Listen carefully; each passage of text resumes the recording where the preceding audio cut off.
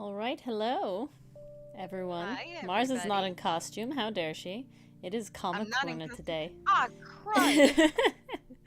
How I'm could not. you? I'm not used to that.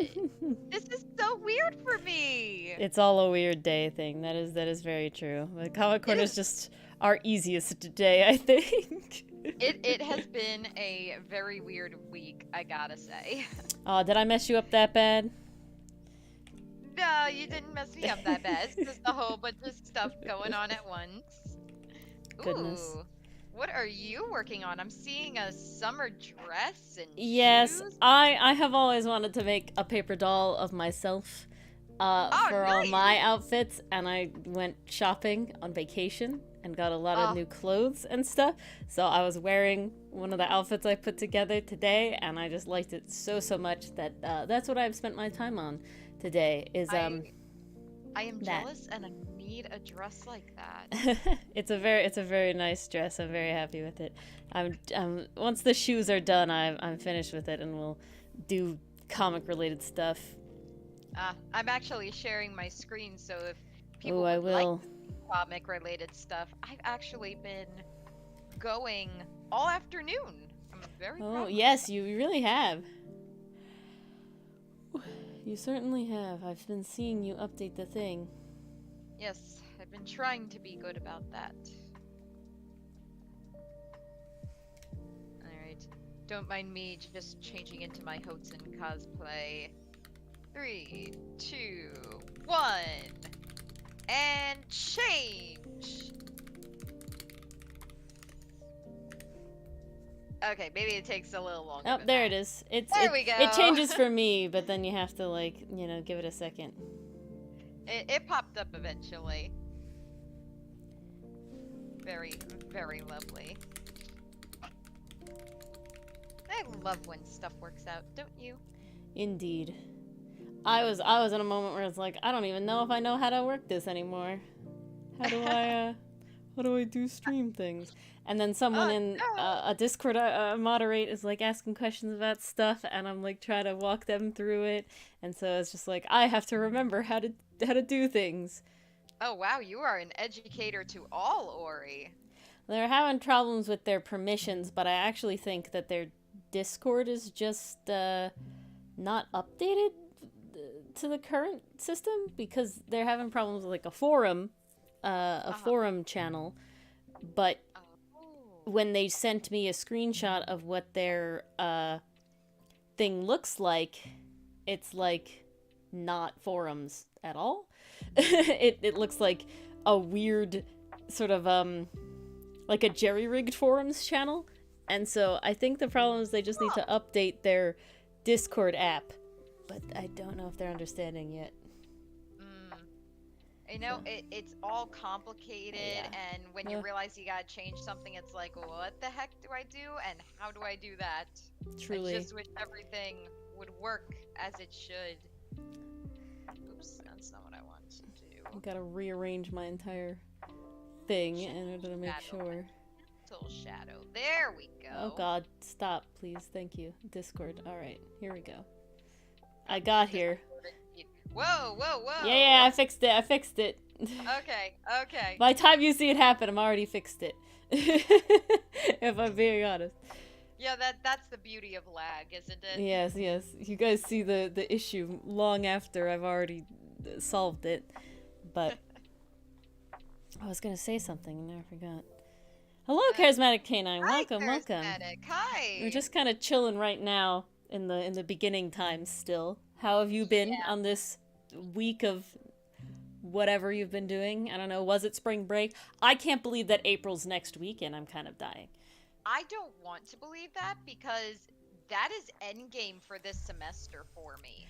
Uh, Like, that is literally, like, I will be in the endgame of this semester. I will have all the presentations, all the forms and files I need for clinic in summer. I need those. we're realizing Yeah, that April's a very busy month, I'm Charismatic. just That's not what we're realizing ready. right now. I'm just not ready. I had big plans for April and then they're just not gonna happen because Oh I have no. well I have like, I don't think the tree videos are happening because I have to do I have to get my backlog of the Ace Attorney videos back up, right, back going, right. because I used my backlog because I was away. So I have to get that back. I have to, I want to do the Easter thing. I got to make sure all the comic stuff is done. The comic is actually pretty good. I actually have tomorrow's already uploaded, and the next upload after that, we just have to do the author's thing. So that's all done and ready to go. But I have to do the one after that too, because that's the one I'll be away for. And yeah, so I get like almost 3 full weeks in April, and then I have just over a week away again. So I'm kind of like, even though that doesn't sound very close, it feels very close. And so it's like, okay, I don't know. Incredibly close, because just like, it's here. I'm definitely mildly vacation disoriented, because what the main reason is that I visited my grandmother, and my grandmother lives 12-hour drive away from us. Now, that's not a problem, but I'm used to it being a road trip. My whole life, it's a road trip, right? So it's 12 hours there and 12 hours back. So you kind of sit there to expect, you get up early in the morning, and then you have a whole day of driving, and you get to her house, and that's it, right? You like get a couple hours and you go to bed, because we get there around like 8 or something, but the day is done by the time you get there. And then same with coming home, right? You get back really late, and so it's kind of done. But this time we flew, and now that's great because the flight itself is only like an hour and a half. So we left super early in the morning on our first day and arrived there at like 11. So we like still had all day to do stuff. And then we left and we got back home by like 2:30. So it's like, damn, we still have a lot of day left. It's still light outside and all this sort of stuff. So it was kind of like, not used to that. So yeah, so I'm really kind of disoriented by the fact that I came home yesterday and I still like did stuff yesterday. And so I'm taking today easier than I think I should. Because I'm like, I need my day after vacation day, but it was like, that was kind of yesterday. So I don't even know. But you do need your day after vacation day. That's just how it goes. This is his little hair tie. Sure. Yeah, and so that's why I didn't really work on the comic today yet.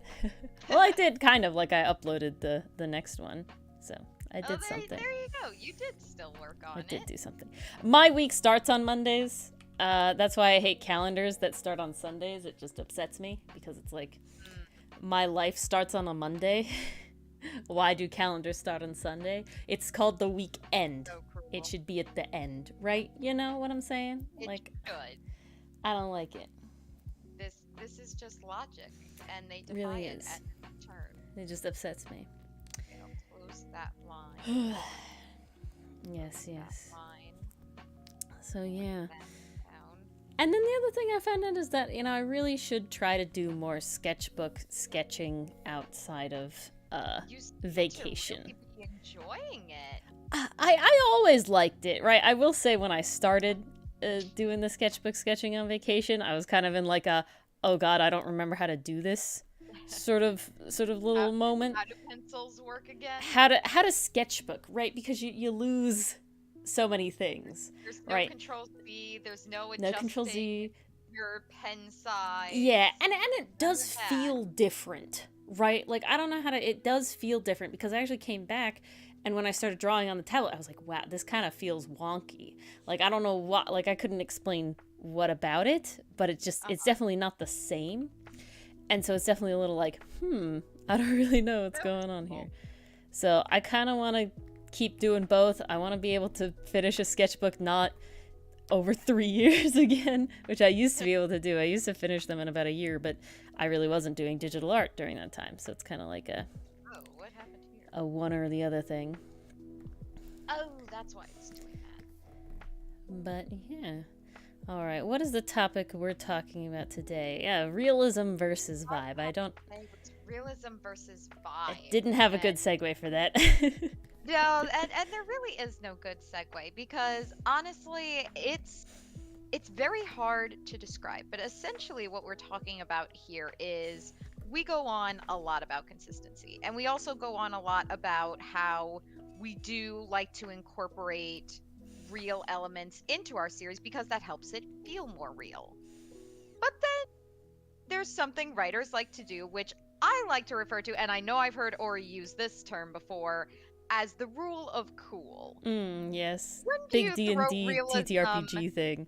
out the window just to have something fun happen? Because at the end of the day, isn't that what storytelling is all about? To entertain?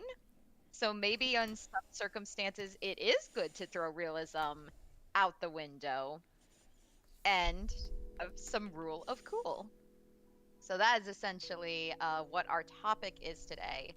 Uh, much like Ori was struggling to find a segue, I am trying to think of a way to organically talk about this. Well, Because starting off, I think I can this in our start. comic, we don't really have anything illustrating this point yet. Well, So I can say I'm trying to find a launching point. what sort of brought up this topic in the first place was the fact that I was shading. I was doing some shading, and now I'm a fully self-trained artist. I am actually taking a self-paced online course, but that has just started. So I'm so far solely self-taught essentially, and I only know so good of the shading and stuff. But that's a different story. I understand how it works, right? You get a light source and it hits certain things and yada yada. So certain light sources are very dramatic, aka firelight. Now, I definitely in a scene that we have the firelight sort of dimming and doing all this stuff, played relatively fast and loose with how the shading goes, and this was because I felt it portrayed the vibe of sitting by the firelight better than it did better than having to make it like fully 100% accurate, right? And another thing was that specific panel, that specific upload that I'm talking about, you haven't seen it yet if you're reading the comic, it's a future thing, but there is a perspective shot that technically, if you look into it too much, doesn't really make sense. However, it was important to me to leave it that way, as it gave sort of more of like the vibe of how the character felt than necessarily how they were actually sitting. And so I sort of kept it because of that and didn't feel like I really needed to make it somehow work within the actual perspective of the page. There's actually another one that's sort of coming up a lot sooner that has a similar thing where these characters' sort of heads are all very close to the camera, where you see sort of from a distance the main character stumbling.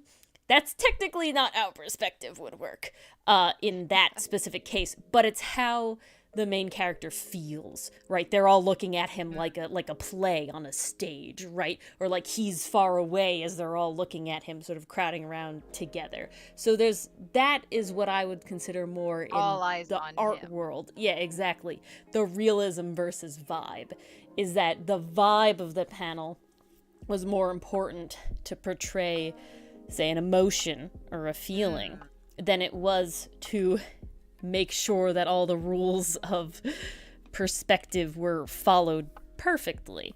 And that, you can say, comes across in style as well. That's why I like so much that you brought up that example, Ori, because in that case, it was done specifically to get an emotion across. It wasn't necessarily rule of cool in that case. So there's certainly other reasons you may want to sacrifice realism. Conveying emotion is an absolutely fantastic example because we see it all across media. Lighting does affect how a scene is interpreted and how a mood is interpreted. So I think that was a phenomenal example. Thank you. But those are sort of the ways.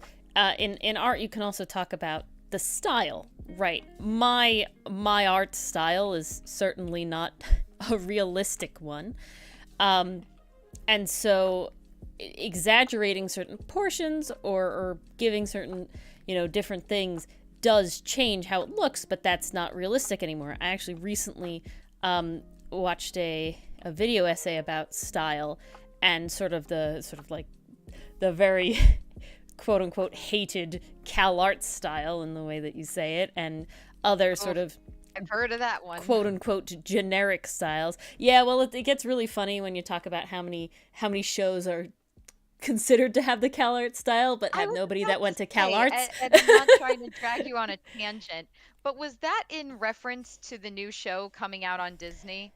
Because I have It seen wasn't so in much backlash to that. I don't know if it was in reference. Hello, PCM. Welcome, welcome. Good to see you. PCM. Hope you've been doing well. Are you playing today? I feel like you would have started already if you're playing today. How is the Noop doing? She's still okay? She's still going? Okay, I will. You're not doing well? Oh, I'm so sorry, PCM. Oh, no. I hope you're not sick again. Is everything okay? No session today? Yeah. I think you start at 7 if you do. Would But, be pretty late. What was I saying? I hope things Or get 8. better. Just life. April seems to be the month for that. So as we're coming up on it, it's just getting rough. I feel you, PCM. That way.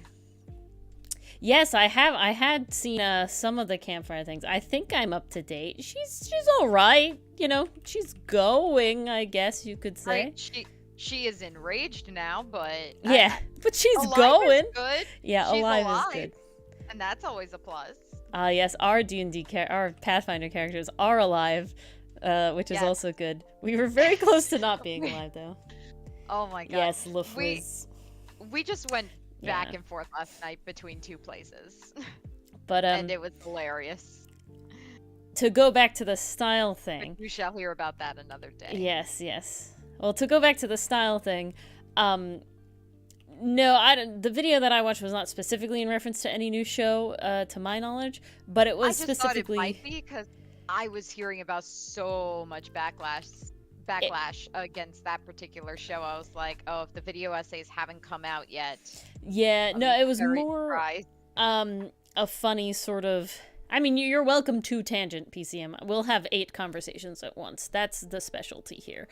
Yeah, you can tangent, PCM. It's kind of a slow night, to be honest. It's the thing. We're just relaxing. Oh, snap, PCM. This is nuts. Oh! This is crazy. Look at those points. I don't know where your emote is. Did you accidentally not re-up the thing? Yeah. you have to go sub again. Aw, jeez. But did anybody claim the land? I don't think so. No one has claimed the land yet either, but PCM has other point things to do first. Well, what was I gonna say?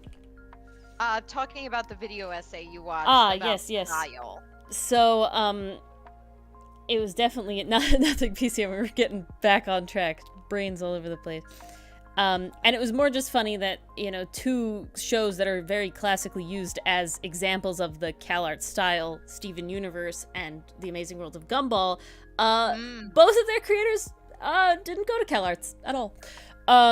So it's one of those very funny things, and they talk about it. But the point is that those are obviously not realistic humans or cats in any way, and so that is conveying sort of the difference. And something that was brought up was the fact that in kids shows you see childlike characters, right? Like in very little kid shows, right? They're all sort of stubby and toddler-like, with big heads and pudgy sort of bodies, because they look like toddlers who they're trying to appeal to, younger kids. Yeah. When you get into anime, they're trying to emulate that. Anime is in that sort of like adolescence in a lot of, especially like 90s anime, right? So it's definitely sort of like pushing more human proportions as like you sort of even out a little more when you become an adolescent, but still with that sort of younger face with the bigger eyes and and this sort of thing. And then when you get to at least the kind of shows that Mars and I are watching in the anime style, you definitely see they're definitely on the more realistic side to an extent, right? You know, we're looking at anime characters that are in their 20s, late Definitely 20s. nowadays. I mean, Yeah, exactly. compare the shows coming out now to what I call the 90s long legs. Yeah. I'm thinking like Or in High School Or on Host High School Club, Host Club. long legs. Like these were Yeah. lanky, lanky characters. Very lanky, very skinny, but still the big eyes, you know, sort of younger look to them, right? Because what are they appealing to? They're trying to appeal to those, you know, high schoolers. Where was it set? High school, right? So that's another thing. You think about when you think about high school, even if you try to put like the yeah, exactly, PCM. Even if you try to put the sort of spin on it like oh, Japanese high school isn't like American high school or whatever. Besides the point, you don't have superhero high school. So no. Superhero high school is going to be very different from regular high school. Right? You know, Ori and High School Host Club Rich Kid High School is going to be very different than normal high school. And these sort of things. Maybe those are part of his wings. That's his tail.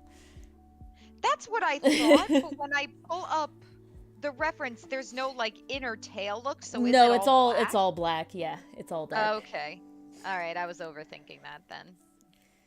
Yeah. No, Neffy is not normal, but Neffy's on the. How old is Neffy again? I felt like she was slightly older.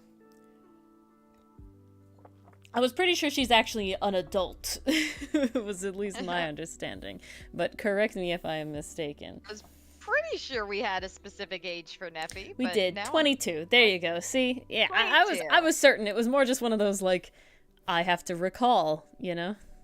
I could only recall so much. Right on the cusp.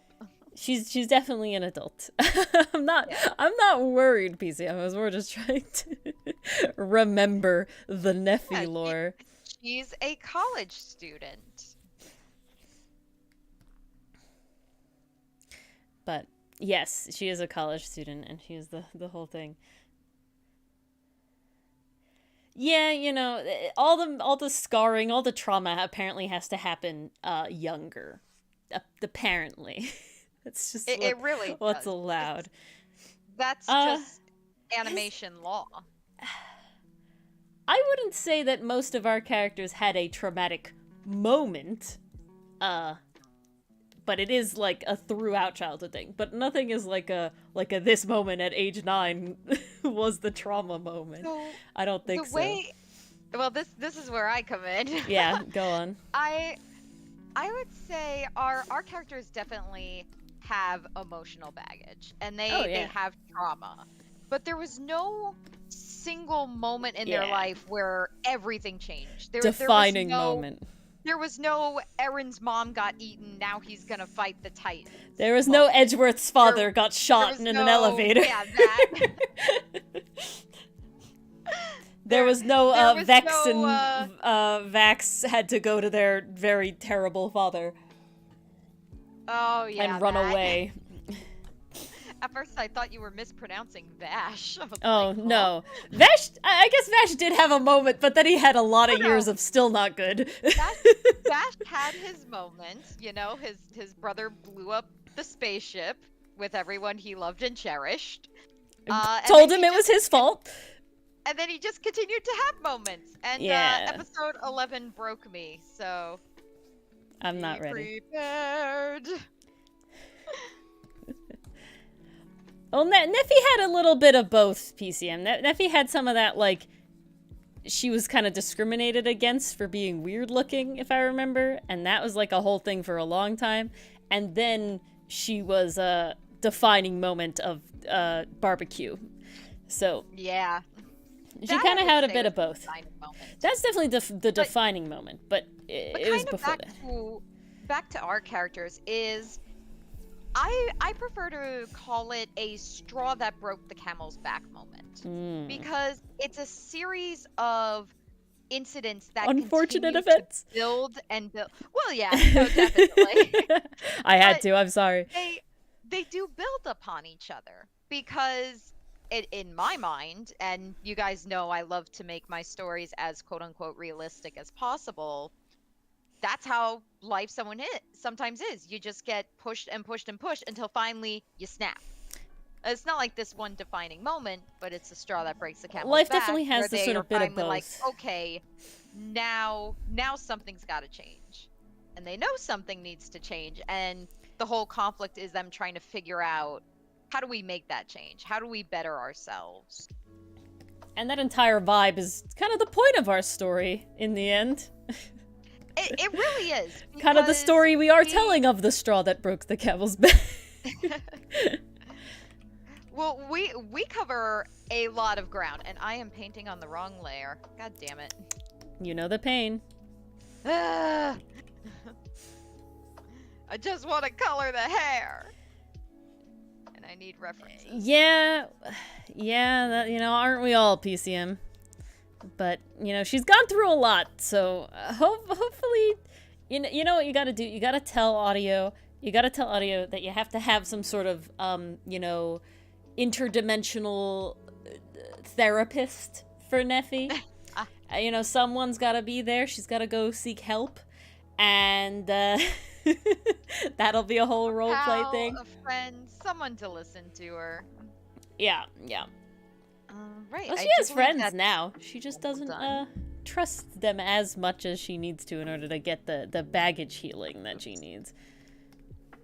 One day. Mushu, I don't know if Mushu is a licensed professional PCM. I don't know.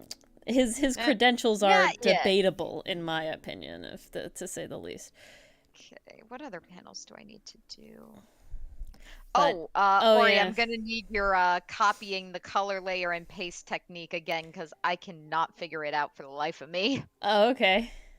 It's pretty simple. Not right now though. Maybe later. But yeah, so yeah, Neffy needs a lot. A team of therapists, maybe, Then she'd have many friends. And she would have many friends. Yeah. So, I don't... have you thought of anything, Mars, that's sort of a very specific writing thing? Where it's vibe over realism? I find, so with me personally, I definitely take that liberty more in fan fiction than I do any writing for the comic. Just because of the genre, but also how seriously the story is being taken. Like, you consider what we're making with Outcaste, it's, I don't want to call it a serious story, but it's something that we're taking seriously. It's something we're passionate in, and we want to tell a good, connected story. And one of the things we really emphasized was having line of clues, having little Easter eggs for people to find. Like, if people really did care, yes, those trees have scientific accuracy behind them, and that is in there for people to find if they should like. Whereas with fan fiction, it's all about the embellishment. Like, you still want to try to keep the characters in character. I mean, you wouldn't be writing about them if you didn't already appreciate their personalities and who they are. But as for what happens to them, it is essentially all embellishment and stuff that never happened in canon, because the original writers said, well, that can't happen in the story we're telling. In that case, I do think sometimes it can depend on genre. I'm trying to think of a series that threw out logic for spectacle and it still worked. It is very, and I shouldn't say very rare, but it's definitely challenging, because audiences do appreciate a connected story, and they do appreciate when things make sense. Because if you establish a rule only to throw it away later, that usually doesn't pan out very well, because then your audience now believes, well, that rule doesn't matter. What other rules can we just ignore from now on? And everything feels meaningless. The biggest example... You could think of an example? Yeah, the biggest example I can think of is a very specific example, I think, within the Lord of the Rings universe. Now, I never read the books, so I'm going off of just the movies. So if someone here is reading the books and is like, no, you're wrong, yeah, I'm not, we're not talking about the books. But Gandalf, and essentially all the wizard's magic, is incredibly unexplained and vague, right? And so when he whips it out, right, it's supposed to be this very big, important thing that is sort of this cool moment, right? Or when the eagles come, that's not explained, you know, that's not really like, it just happens and it's nice and you just sort of accept that Gandalf is epic, right? And he knows eagles, giant eagles, you know what I'm saying? So like, I feel like with Gandalf specifically, there's a lot of things that he does, like when Gandalf comes back, right? Like a lot of his magical things are just like, here they go, this is how the story progresses by doing this, but it's not so wildly outlandish with like a character that hasn't had any sort of otherworldly things presented with him that it doesn't make that it takes you out of the story now, right? He at very least is magical in some unexplained way, so you could just sort of accept that what happens would be a thing. One of the big things there is that the audience just accepts it because, wizard, and he's been around a long time. He probably could pull off something like that. And you never really question it because probably some preconceived notions of wizards, I'm sure, play a role. But on top of that, I feel like it's also how the character is. He's kind of mysterious. We don't really know a lot about him. If you have a vague sense of the rules in the first place, it makes giving vibe over realism, and I'm using realism loosely in the sense of like following the rules, I guess, right? A lot more believable, because once you get into magic and once you get into anything, you know, you can technically, if you write the rules correctly, you can hand wave anything. But I'm more talking about the idea that like when you, like an example in D&D, when you write out the rules of how magic works, operating outside of that is going to be wrong. And messy. Whether how cool, unless it's really epic and only kind of tangentially not okay, it's going to be much more difficult to justify than, say, if magic was just sort of wishy-washy and you just sort of tell the DM what you want and the DM goes, yeah, okay, it works this way. It's a lot easier to just sort of shove anything you want in there, right? Like genies.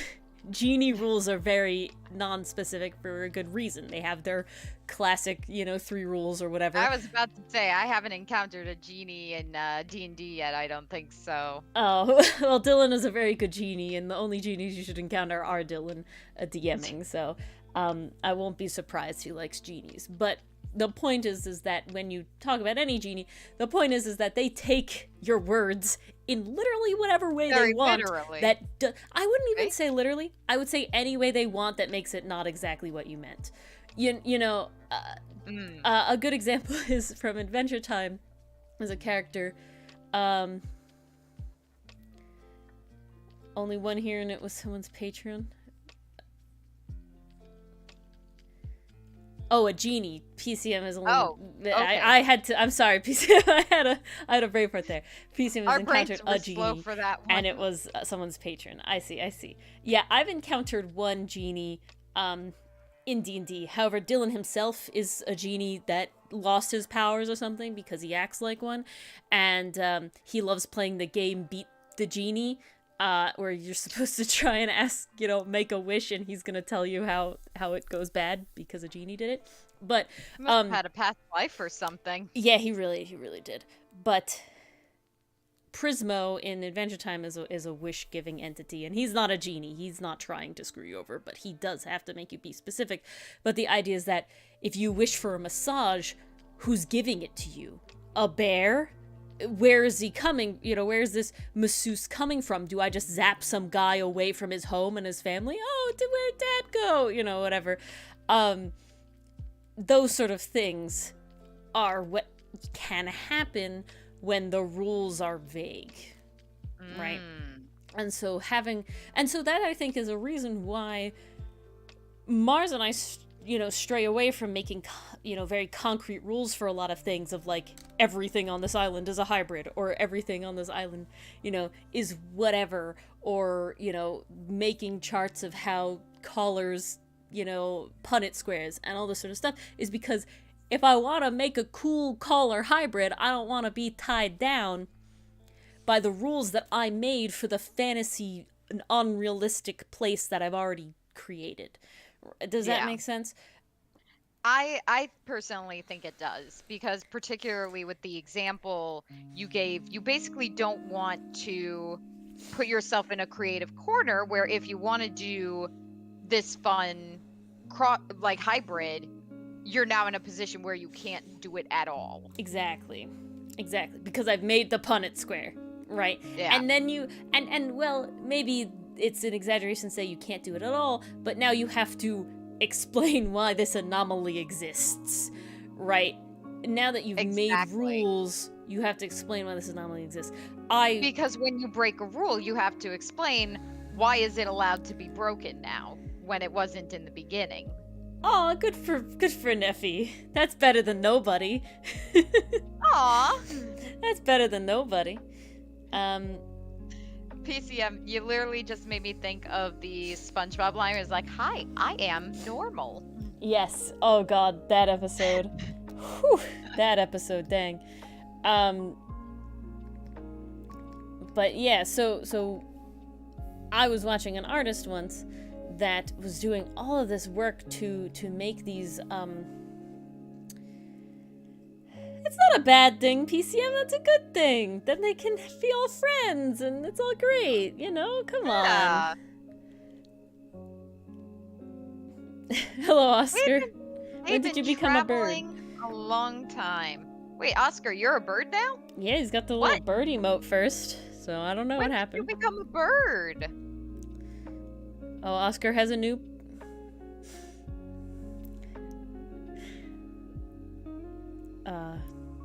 Oscar must have leveled up while we were away. Oscar must have leveled up while we were away. From Cthulhu to bird. Oh, you saw Jamie's stream and it's contagious? Is it? Oh, I didn't even realize. I can now see these icons, the little emotes in my restream chat. Ah! That's nice. That's very nice. That is awesome! You get to be in on it! Before I just got the adaptive text. And it was like, oh. Hey, now you actually get to see. Indeed. It's amazing. Amazing indeed. But, yeah, so I think the rules are definitely sort of part of the problem, I guess is the example. But then there are other rules that we are kind of sticklers about. Particularly, we had to go over how the military works and how socioeconomic ranks. Well, I mean, not to a deep level, but we did need some kind of overview because it does play a large part in our story. I mean, it has an E at the end of the name for a reason. Exactly. There's that hierarchy coming into play. Yeah, so there's a military in Outcast. You haven't met it yet. Yeah, you haven't met it yet, but if you've seen the AUs, you do know one of the members of it. He's only in one AU. I'm sorry, 2 AU. 3. You're right. 3 AUs. He's in 3 of them that I have drawn him in. It is a decent amount. It is more than I thought about. Oh, Mars did not enlist. For those wondering, it is Band AU, D&D AU, and Roommate AU. College Roommate AU, yeah, briefly. Yes. Which honestly, I kind of want to return to. Well, is that what you meant when you said high school AU? Because I was like, I don't know if we're doing high school AU. You know, I was picturing a lunchroom scene when it happened. Cafeterias exist in college, you know. Cafeterias exist in college, you know that. Do they? I may need to fact check that. What? Oh, goodness. I guess I didn't go to college then. I don't know. News to me. So many lines. I'm just gonna paint them all. Yeah, don't worry about the sticks. I'll color the sticks. Okay. Oh, you did it. A thick Boston accent. Can you do a thick Boston accent? PCM? That's one I have to think about. I don't think I could do that if I tried. I just don't know enough about it to be able to pull that off. Okay, I remember two things about thick Boston accents, and that is one where, oh god, what's his name? The actor, Chris Evans, that plays Captain America, is in a commercial with two other actors that I can't remember their names of, but their faces are very recognizable, and it's for like a car that self-parks itself, and they're in Boston, and they're just talking all with the accents, and they're just, oh, he packed a car, you know, whole thing, and I'm like dying. The second thing that I thought about is and I might have to make that one of my fan arts, we'll have to see. In the show, in the new Carmen Sandiego, again, new is the modern version one, I think it's on Netflix, they have the side character, and, the two side characters, they have Boston accents, and the guy, he has to infiltrate as like a spy, because the whole thing they're like spies, has to infiltrate this like really fancy dinner, because they don't, the organization doesn't know him, but they know Carmen, so she can't do it. So he has to like do this whole thing, and there's this whole like training montage where she's like, park the car in Aardvark Yard, and he's like, pack the cat in Aardvark Yard.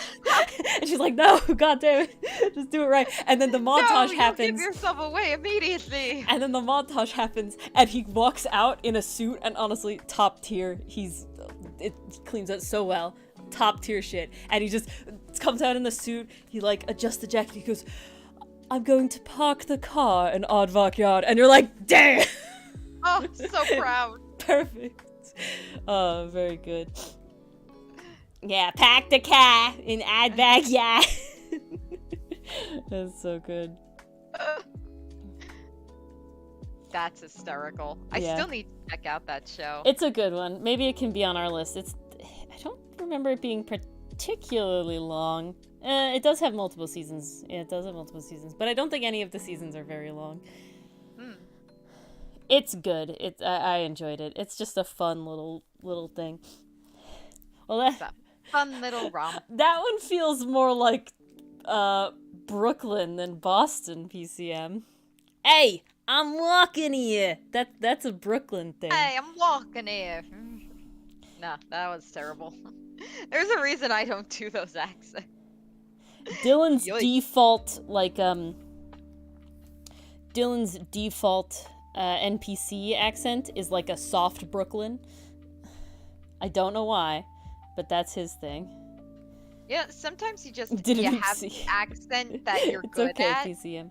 And that's what you rely on. The only accent that I can say I'm actually very good at is the British one, and on the posh British side, not the Cockney. I can't do Cockney. Dylan does Cockney, I can't do Cockney. I did get decent at the Irish accent when I was doing it for Avisha, and I practiced that really hard, so I do it all right. The Scottish one I'm at. I don't know what accent I've given like Ori, but it's an accent. It's definitely an accent. It's definitely an accent. I don't know what I'd call it, though. I don't know what I'd call it. But, it's like Corey distinct, and that's all that matters. She's got her identity. She's got her speech pattern. I do an attempt at a Australian accent for follow. I would not call it good, though. I did pick up on that with the constant "oi, mates." Well, that's the way to get into it, Every accent, you have to have a moment to get into it, right? There's a line that you say that you get into it. You don't have to, right? You can be epic and not have that. Oh no, but But you do kind of have to. I had to do it with Gillith constantly. She always started her sentence with "Oi." Yeah, Dylan. Wanna go to a cold place? Canada. Canada's pretty cool. It's also cold. I like New York. You know, I live here. It's pretty. It can be cold. It wasn't very cold now. There's not a lot of more cold places anymore, if we're being honest. There, Oscar. I don't know. Canada. Oh, you think it's supposed to be Brooklyn, not Boston, PCM? All right. I mean, Maine is there if you like lobsters. Yeah, lobster. It does get cold in Maine. It's almost Canada. Yeah. It's That pretty is much very true, Canada PCM. 2.0. Canada 2.0. No, Canada is Maine 2.0, okay? We're American here. But, I was gonna say something that I have forgotten about accents. Oh yeah, if anybody watches, the Ace Attorney streams, if Dylan takes, like, a moment before starting a character, he's saying his line while muted. He does it for Gumshoe. I know that. I don't know if he's had one for Von Karma. I don't know what it was. But for Gumshoe, it's the I spared every expense from Grunkle Stan. Because it's just Grunkle Stan's voice. That is spot on. He says that every time. There was another one that I was trying to... I think that he had one for Eeny Meeny, whatever her name was, where it was like the Zoink Scoob, because he like did like a weird female Shaggy thing, was how it was in his brain. Yeah, I don't remember if he had one specifically for Von Karma. That's wild, PCM. That was a thick German accent. Yeah, but sometimes he's just good at one. Like, I don't need, I don't have a line to get into Phoenix's voice. Oh, the one he uses to get into Miles's voice sometimes, is the testimony is bulletproof, Your Honor. That's how he does it. We're learning all of Dylan's secret techniques tonight. Oh, goodness, PCM, that's not good. Oh, no! Why is Neffy making people feel sick? Our character, our teammate got sick, but I cured him. Her. Yeah, that was lucky. Yeah, needed my help on that one, dang. Oh, that was so scary. Oh, that's fun, Oscar. Ooh. Is this Discord group centered around something? Are you playing D&D with them now? Is that the people you were playing Gartic Phone with? Being fancy, making new friends?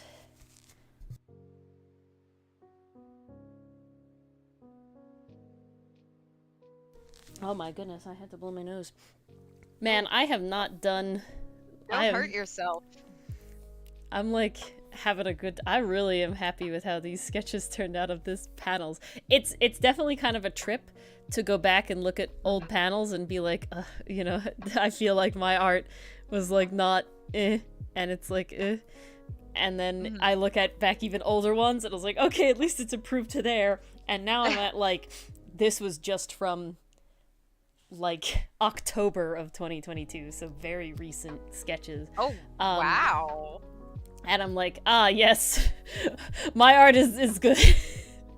I can, like, I'm okay. This is where I would like to be. This is more accurate now. Whew, okay.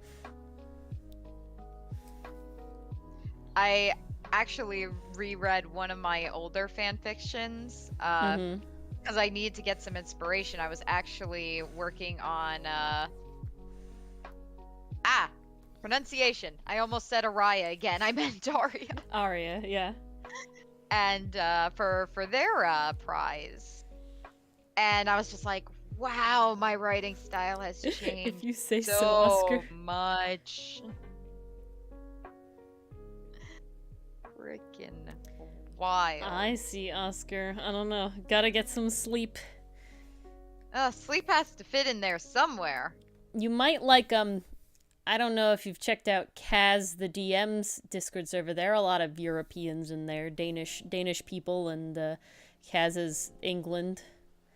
So, Mike could check that out. Yeah. Certainly couldn't hurt. Friends are good. Friends are good. What was I going to say, though? I have forgotten it. Was it anything about our original topic? Well, no, you're talking about looking back at old stuff. Yeah, but you're not looking back at it, like, constantly, though. It's one of those things where it's like, okay, I'm, like, posting comics that are from, like, 2021. I'm, like, doing backgrounds and shadings on ones that are also from, like, 2021, early 2022, you know, and then I'm, like, finally now today I'm, like, lining ones that are from late 2022, and I'm like, okay, my art style did improve. It wasn't, like, bad because of, shading stuff. That's the weird part about backlog, guys. That's the weird sort of side effect of backlog. Oh yeah, you're constantly looking at Old stuff. basically your old stuff. Yeah. I No don't know why worries, my brain just like checked out there for a sec. I was like, what the Such is life. hell am I trying to say? Words, you know, some of them, sometimes. Words are hard, man. Words are hard. Oh, Tex-Mex Oscar. You felt excited and threatened. Oh, Oscar, I had to tell you. So there's this game called Spiritfarer that Mars introduced me to, and it's very good and it's very fun. But Suffer like I did. but What am I doing? you make food in it, right? Like you make recipes and you make food. And one of them What am I doing? was oh, what are they called? What are they called? What Hold was on. it? Nachos? No. They're not nachos. They're not nachos, but they're the breakfast, like, with tortillas. It's got, like, the egg and what were those called, Oscar? You know what I'm talking about. I hope so. Yes, that. Chilaquiles. Oh yeah. No, chilaquiles. Oh, hi, Enthuse. Welcome, Enthuse. I appreciate all your likes on all my reels. I see you. You're goated. Thank you. I don't know if anyone else is. If your Instagram name is not the same as your Twitch or Discord name, I don't notice you. I'm sorry. It's hard to tell. It's hard to tell, but if you are, I appreciate it. But I do see you, Enthuse. So thank you. I appreciate it. But yeah, it's actually like listed as chilaquiles. Oscar. I don't track you on Instagram. But yeah, I like made it like as a recipe. I was just like trying to get all the recipes, and it literally comes up like that's a separate thing, is chilaquiles. So I don't know if someone on the team, you know, is Hispanic or not, but I was like, you had just posted them in the chat the other day, and then I like came and saw this, and I was like, oh my god, this is amazing. I'm pretty sure someone on the Spiritfarer team is. There's so many different cultures represented in that game. It's so good. They must have had a diverse They must team have. working on it. They must have. Okay, To paying. that's done. Yes, Okay. PCM, pay up. That's Your right, thank time here is not free. How could you? No.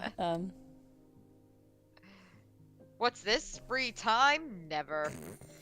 Not in this economy. No. Haha, free time. Eh. Oh. What the hell is that? No idea. Goodness gracious.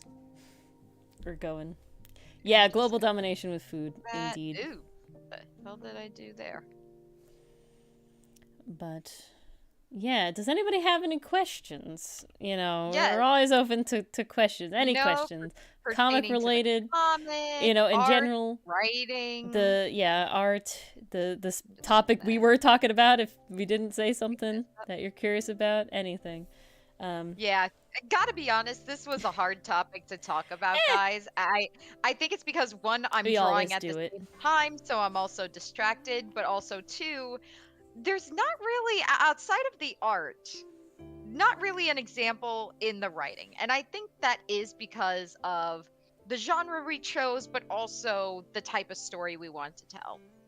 I feel like if we were making something more along the lines of, say, One Punch Man or an action series, we'd probably be seeing a lot more rule of cool, so to speak. I I I think they do. I don't know. I have one enthuse. We call them mortars and pestles. I think that's pretty common. Do you have a mortar and pestle, Mars? Yeah, I do. We actually use it a lot. Yeah, I think it's pretty common. I don't think many people would know it's called a molcajete, but I definitely yeah, did not know that. we have one. Now I do. will say what's very cool is my mortar and pestle is made of Mexican volcanic olivine. Okay, that's awesome. Yes, and we've had it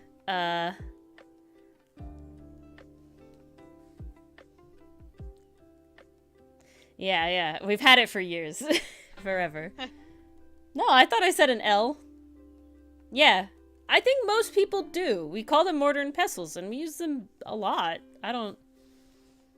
Yes. I mean, I definitely call mine a mortar and pestle. That's for sure. That's the only name I've really known it by, to be honest. Well, I believe the Spanish word is molcajete, but... What is unpog? I lost. Oh no. Yeah, Unpog. that's what I assume. Oh. Nephew's gonna be expensive. Oh no. Well, I believe you have enough points, PCM. I think you do. Unless I read your points wrong. I'm pretty sure I saw enough points in there. Oh, it's exclusively Mexican? Okay. Well, mine is then, because it is exclusively volcanic Mexican olivine, mine is specifically a molcajete. But I do think people have the tool to make tamales. Most people do have one to use. I hate... Whether they use it for that, though, that remains to be. It truly PCM. Just don't do it secretly. They're shorter and wider. Oh. Does it need to be shorter and wider, though? Mine is very large, but very, very heavy. I'll have to take a picture. Somebody remind me. I'll take a picture of mine. It's large. It's a big one compared to, like, I don't know how big yours is, Mars, but sometimes you see, like, the little tiny ones. Mine is not big. Yeah, we have a little tiny one. I have a large one. That you just, like, you could hold it in your hand and sit on the couch while doing it. It's really Oh, not yeah, that no. large. Mine is incredibly heavy. We got a baby one. Mine doesn't have the 3 feet enthuse, but it does have like a foot. It doesn't sit directly on top of the table. It does come off of the table, but it's not the 3 feet. I don't think my grandmother has one either. I like empanadas. That's what my family makes, is empanadas. That's what we do. And paella. We've gotten really into paella recently from my grandmother. My grandmother is the Hispanic one. So, yeah. We always make empanadas every New Year's. And we always... Extra protein, Oscar, see? There you go. Yeah, we always make empanadas. And we always make... We make paella now. Has gotten big again. I think most of the cousins have just gotten old enough to appreciate seafood, so. I didn't know you had to be a certain age to appreciate seafood. I think it's one of those, like, taste change things, you know? It's like tomatoes. Tomatoes is, like, classically an adult food, just because the majority of people don't appreciate the acidity until you're, like, older. So it's like my mother never liked tomatoes until, like, her 40s. Oh, so there's hope for you, Mars. I don't like tomatoes very much either. You know, I did order tomatoes the other day, but then I ended up pushing them all to the side and not eating them. I did know that, Enthuse, because they're very acidic. So Enthuse told us that tomatoes were thought to be poisonous, and yes, because they're red and they're very acidic. And there was a whole stunt. I don't remember the guy's name, but he ate one in front of an audience, and they thought he poisoned himself and was going to die. And then when he didn't, they were like, "Oh, we can eat this. This is an actual food product." That's what I wanted to say. I have a mortar and pestle, mainly a pestle, story about one of the founding stories. I believe it's an African myth. But essentially, very basically, heaven was so close to Earth that you could, like, see it, right? And it was that close. But then, and so people could, like, talk to God and, like, talk to everybody and, like, be right there and a whole thing. However, one time, there was a woman who had a very long pestle when she was using it. And it was so long that it poked God in the eye, and he got very upset. So he took heaven away, and he moved it much further away. And everyone was really pissed at this woman that she did this because, like, heaven was right there. They could, like, talk with God like he was right there. And so, in order to try and get him back, they stacked up all the pestles on top of each other and put the woman on top in order to try and reach God, but it wasn't far enough, and then she fell and she died. Because myths are terrible. But there you go. Myths are freaking weird. Yes, Eustace Candy. That is life. Well, is that not because it's acidic? Yeah, don't poke God with your pestle. Yes, this has been a PSA. The last part, where she climbed up all of the pestles to reach God, and then it wasn't enough pestles, and she fell off and died, and they never got God back. So sad. Where did you hear that story? I have a book with tons and tons of myths from around the world that Dylan and I would read together. No, to my knowledge, the one that I specifically read was an African myth. But I would not be surprised if similar myths come up, you know, across cultures, because, like, using a mortar and pestle, I feel like, is something that people would create independently. So you probably would have. Like it would be pretty common to use.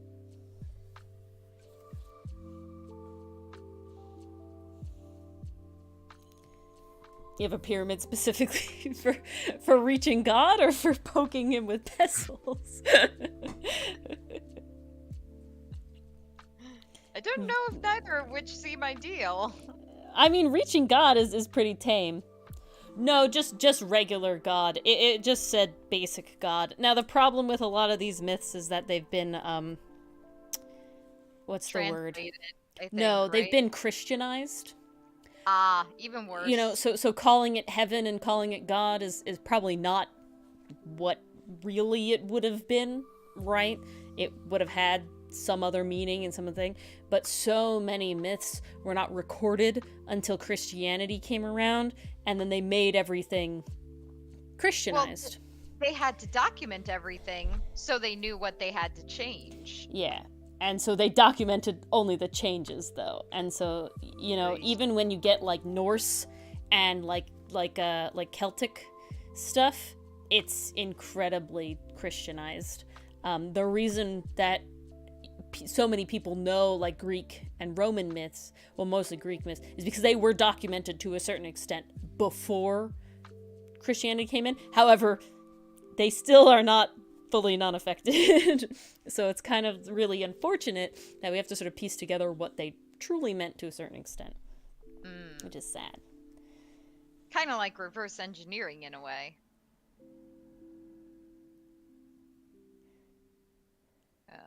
See, I don't know about them doing it for the moon god. I do know about the Aztecs and the sun god, Oscar. But I'm not sure about the throwing from the moon god, so that'd be new stuff for my repertoire. Hmm. We always like myths here. I also like tree myths. If anybody's got myths specifically about trees, you gotta put them in the Discord somewhere. Honestly, in like classroom recess, something. I don't care. Because we'll be making Ori's day. I am on a, so far I only have one specific like tree centric myth. Because I don't really count like Yggdrasil's like existence as being what I'm looking for. You know, I'm looking for like Yggdrasil is just kind of standard. It's more just like, yes, Yggdrasil is a tree, right? But it's kind of like beyond that. Shall we have Pineapple juice is very good. Sure. Okay. So I think we can all see on screen. Yes, we can. I want to copy this aster color to down here because it is literally exactly the same. It is identical, yes. But I could not remember how to do that, and I struggled very much. Do you need me to tell you? Okay. Yes. You merged all the layers, right? All the aster layers. All of asters, yes. Yes, so you have them. So you're going to click on that, and you're going to click Control-C. Hello, Style Snivy! Welcome! Nice to see you again. Yep, Control-C. Okay. Okay, then you're going to go into the panel that has the new one that you want. Okay, so into here. Yep. And then you're going to click on the layer that is underneath the aster lines. Okay, where are the aster lines? Okay, so that would be hooks and flat. Sure. You're clicked on it. You're going to click Control-V for paste. Okay, a new layer should pop up, but you don't see anything. Yeah, it says aster flat copy. Yep. So you're, while being on that layer, you're going to press K, and you should have that little 4 square directional thing tool highlighted. Yes. Okay. You're going to hold down Shift. Okay. And then you're going to pull and just keep pulling down. That's and you're gonna line it up. How it goes. Hey, look at that! I colored in a panel. There you go. K-E, yeah, exactly, Oscar. I forgot the whole dragging element because I got as far as creating the new thing, and I was like, "Oh, that's wild." Now Oscar. what? Now what? I don't know what to do. Well, we got there. We did it. We did indeed. Now I get to try it with another panel because I'm pretty sure that this little Hotson is that little Hotson. Yes, and Control-C is usually for Control Cerulean, right? So for all of the blues, Style Snivy. Yeah. And then it was. Oh, a K door. I see. And now I hit K, Shift. Ooh, I like this. This is a good tree myth enthuse. This is good. This is the stuff. Okay, how about for where'd the rest of his hair go? What the hell happened? You didn't merge it fully then. I guess not. That's weird. I could have sworn I did. Apparently not. Oh. Well, look at that then. Beautiful, Oscar. That's what you need in life. He lost his hair. I don't think that makes him handicapped. I don't think that makes him. No, he'll grow it back. That makes him bald. He'll grow it back. That just simply makes him bald. God. Poor little Hotson.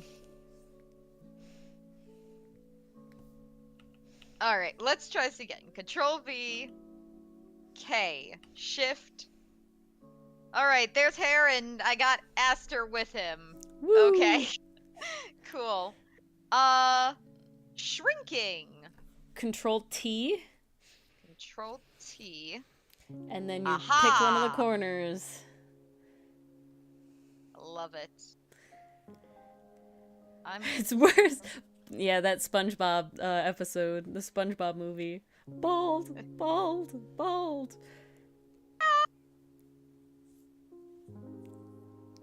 Yeah, that would be scary. That's a lot of eyes judging you. I think I made him too small. Oh, okay. No, not small enough. We're starting to line up a bit. I feel like... Maybe this isn't exact. Okay, what you're gonna do is you're gonna cancel. Okay. And now you're gonna click Control T. Control T. And I believe in maybe... yeah, okay, so see that panel that says Tool Property to the left? Yep. You're gonna scroll down a little bit. Further. Oh no, it says Keep Aspect Ratio. I must have redrawn them then. Sorry. Oh, okay. No worries. Because the only thing that it might have not kept the aspect ratio, and you might have been like warping the image, but nope, it was on, so. Okay. That just means I have another little Hotsun to color. I don't mind. Yeah. No, so I'll put the thing on again because we got off topic again. So yeah, any questions? So off topic. Welcome. My goodness. We're good at that. Okay. Interesting, Oscar. I like there's an anime that Mars and I watched that's called Princess Tutu, and it's kind of interesting because the main character's name in Japanese is literally the Japanese word for duck. So when they dubbed it in English, which makes it, in my opinion, a very good dub, they literally called her Duck. Her name is Duck in English because it's literally duck in Japanese. So it's kind of sad that you don't get the same vibe when, you know, they keep the name Sandy in Spanish as well, because it's funny that her name is Sandy, right? Like it's a thing. Like, what do they call SpongeBob? You know? Patrick doesn't really have like a pun in it, to my knowledge, does it? I don't think so. But Squidward, so, no. Like, you know, like what Squidward do definitely you know, Mr. Krabs, like what do they Okay, that's just Patrick. Calamardo, I love that. I don't know why I love that. Okay, I love that a lot. That's beautiful. I've heard all day. I love that so much. I don't know why I love that so much. That is absolutely incredible. Oh, I gotta go get groceries. That is a good translation. I love that. I don't know why, but it fits the vibe real hard. Like just saying it. Because it's brilliant. It's just fantastic. Neffy is kind of lost, I do think. Oh, yes, beautiful.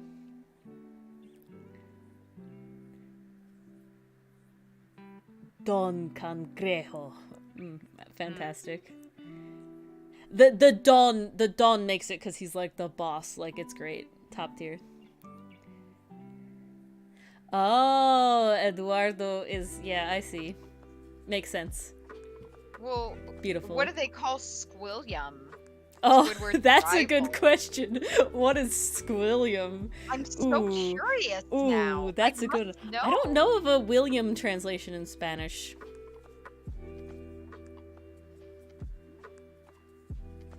I don't remember. I only ever knew one William in school, so I never had him in Spanish class. So he didn't get a Spanish name. Aw. I'm gonna tell you, this is... William is Guillermo. You don't know who Squilliam is? Squilliam is the rival of Squidward. He's the other guy that, yeah, with the unibrow. Yeah. And he's like, oh no, he's hot! That Squilliam is the one who's hot. Yeah, the rival. Oh, I like this. This is a cool thing you sent me, Oscar. I have obsidian Calamarino little statues. Oh, Calamarino? Okay. It's not Guillermo, but it is still good. I will say I like Calamardo is the best one though. He's great. Well, you gotta keep the pun. Yeah, it truly. It's beautiful. I was gonna say something, and now I've lost it again. Oh, elegante. Yeah, So beautiful. tiny. Oh, interesting, Enthuse. Interesting. He is in like a couple specific episodes, and his role in them is kind of specific. He's always a rival, but what he's doing is kind of specific. Yeah. But that's interesting, how they would actually change the name of the character. I guess visually he looks similar enough that you could be like, oh, this is the same character. But I find that an interesting decision, to do. Very intriguing. Definitely interesting. I always like seeing how stuff gets localized and translated. There was a line I was actually telling Ori about earlier today from Vash that kind of changed its meaning a little bit. Calamaron. Calamaron el Guay. The third. Third. The third. I was trying to think of how to say the third in Spanish. I see. That's the Spanish, not Hispanic Spanish. Ah. I see. Well, his whole name is Squilliam Fancy Pants, right? Isn't that his whole name in English? So I like that it's Calamarino Elegante. I do enjoy that. That does make sense. It's a good vibe. It is a good vibe. It checks out. Fancy Sun? Okay, I'm sorry. I'm sorry, PCM. My apologies. I didn't. I thought it was Fancy Pants. Not Fancy Pants? Okay, you're gonna make it. Sun? Tentaculos. Well, yeah, that makes sense. He's just tentacles. So okay, Squilliam. We're gonna be Oh, it diving is into Fancy Sun. Damn, my brain is Wow, that's like a Berenstein Bears thing. No, you Mandela affected. Yeah, that's what it is. Dang. Wow. Okay, I'm in shock. Are we sure? And he's the third, so that's why it makes sense with the third. I know he doesn't have pants, but they relate to pants. Why do I feel like he was called... Maybe he was mocked as Fancy Pants at some point? Maybe? But I don't remember that. Oh, House Fancy. I remember that episode. Oh, that was a good episode. Weird. Alright, yeah, I don't know. Very odd. Best one is Band Geeks. Band Geeks is great, but also the line where he's like the don't sweat, just imagine him in his underwear. Oh no, he's hot. That's top tier. Top tier.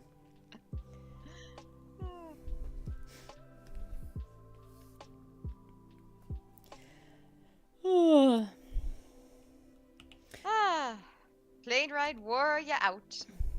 No, I'm more just trying to go off into more conversations after our Squidward tangent. Okay, I have a good thing to go off into. I follow an artist that Mars follows now because I showed it to her. Oh, and then I have a Spanish thing. Don't let me forget. The dragon one?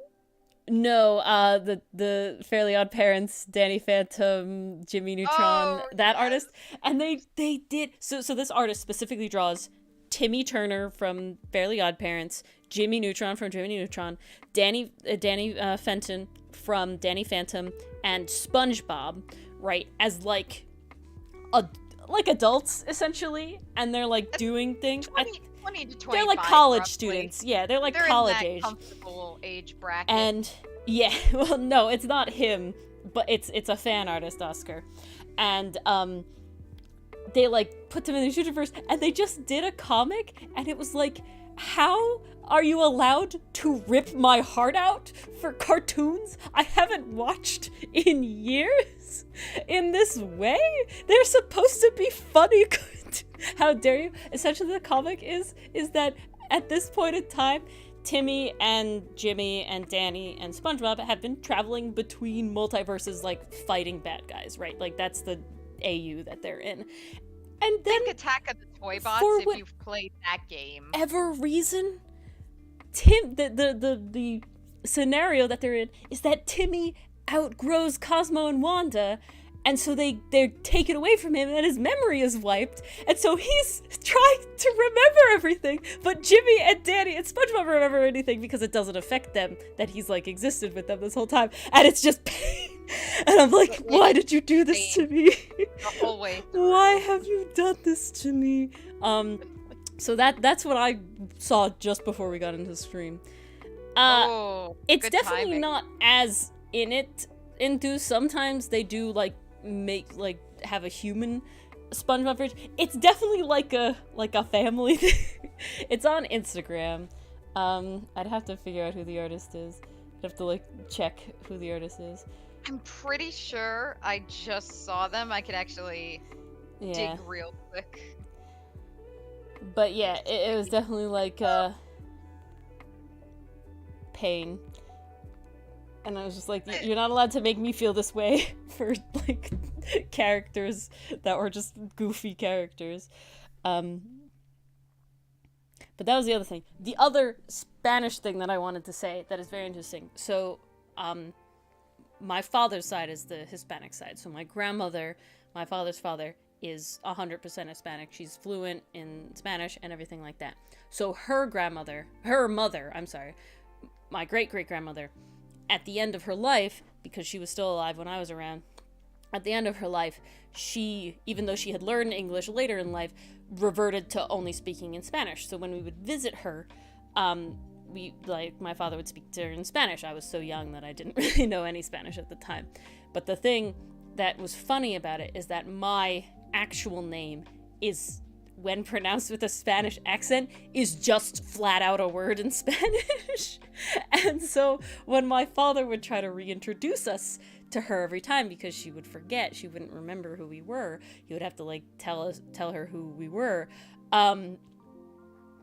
she would like be upset with my parents that they named me this word.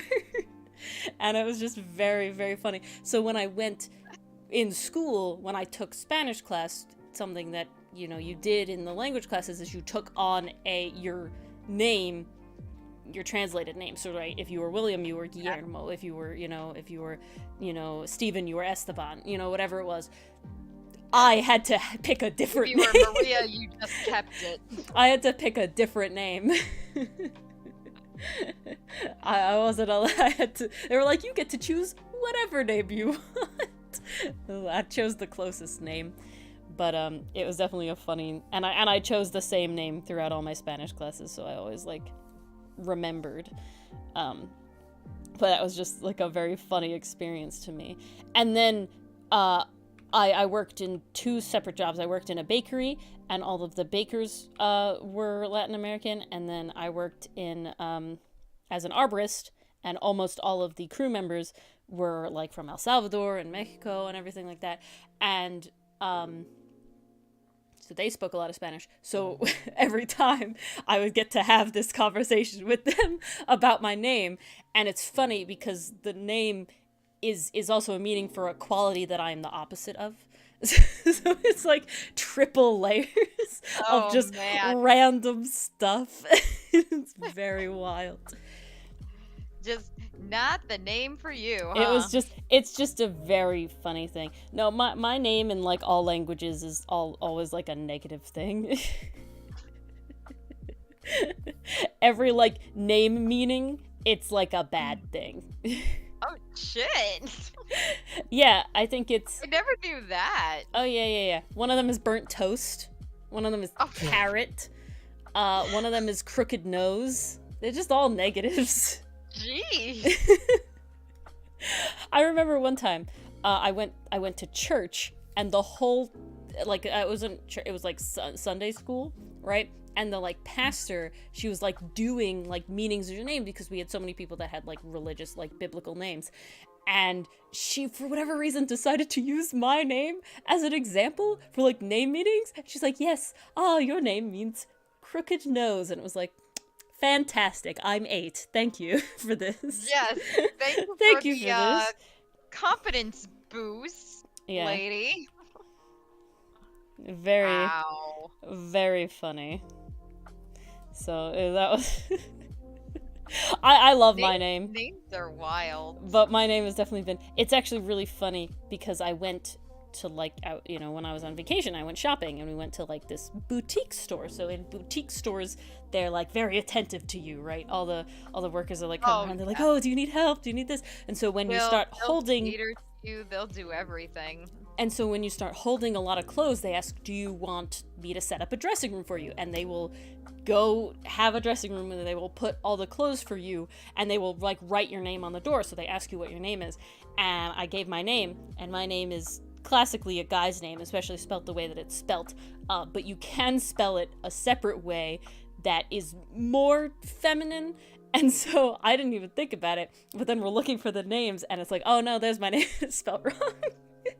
Spelled with a Y and no E. So it was very, very funny. And it was just like, oh yes, I didn't expect this. No, I'm a man, obviously. But it was very funny to me. That is hysterical. I do oppose my fate. I don't have a crooked nose. And I'm not short. I like how shit. Maybe I should have had your name then. Really, I know, right? Dylan comes for you sometimes, Mars. I don't know why. Dylan was just forcing me to face reality today. I think it's because Dylan's under 6 foot by just that much, that little much. He gets sensitive about it. It hurts. Just means you. That's funny. That's funny, Enthuse. I like how I'm specifically being vague, not for any other reason that I think it's funny that I'm like being vague about what my name is. It's very funny to me. You never had name troubles, PCM? Well, that's good. That's lucky. Never. That is a good not problem to have. Indeed. My name has certainly been, I wouldn't say troubles, like nothing has really impeded me, but my favorite things are like the, you know, people thinking that I'm a guy and all that sort of stuff. It's just entertaining. It is just entertaining. So lucky. Come on. I don't know why I'm lucky to have name problems now. People think you're a guy all the time. Well, it does give you interesting stories. It would make sense then, PCM. Not sure, Cordelians. Once you speak with me like you hear my voice, nobody thinks I'm a man.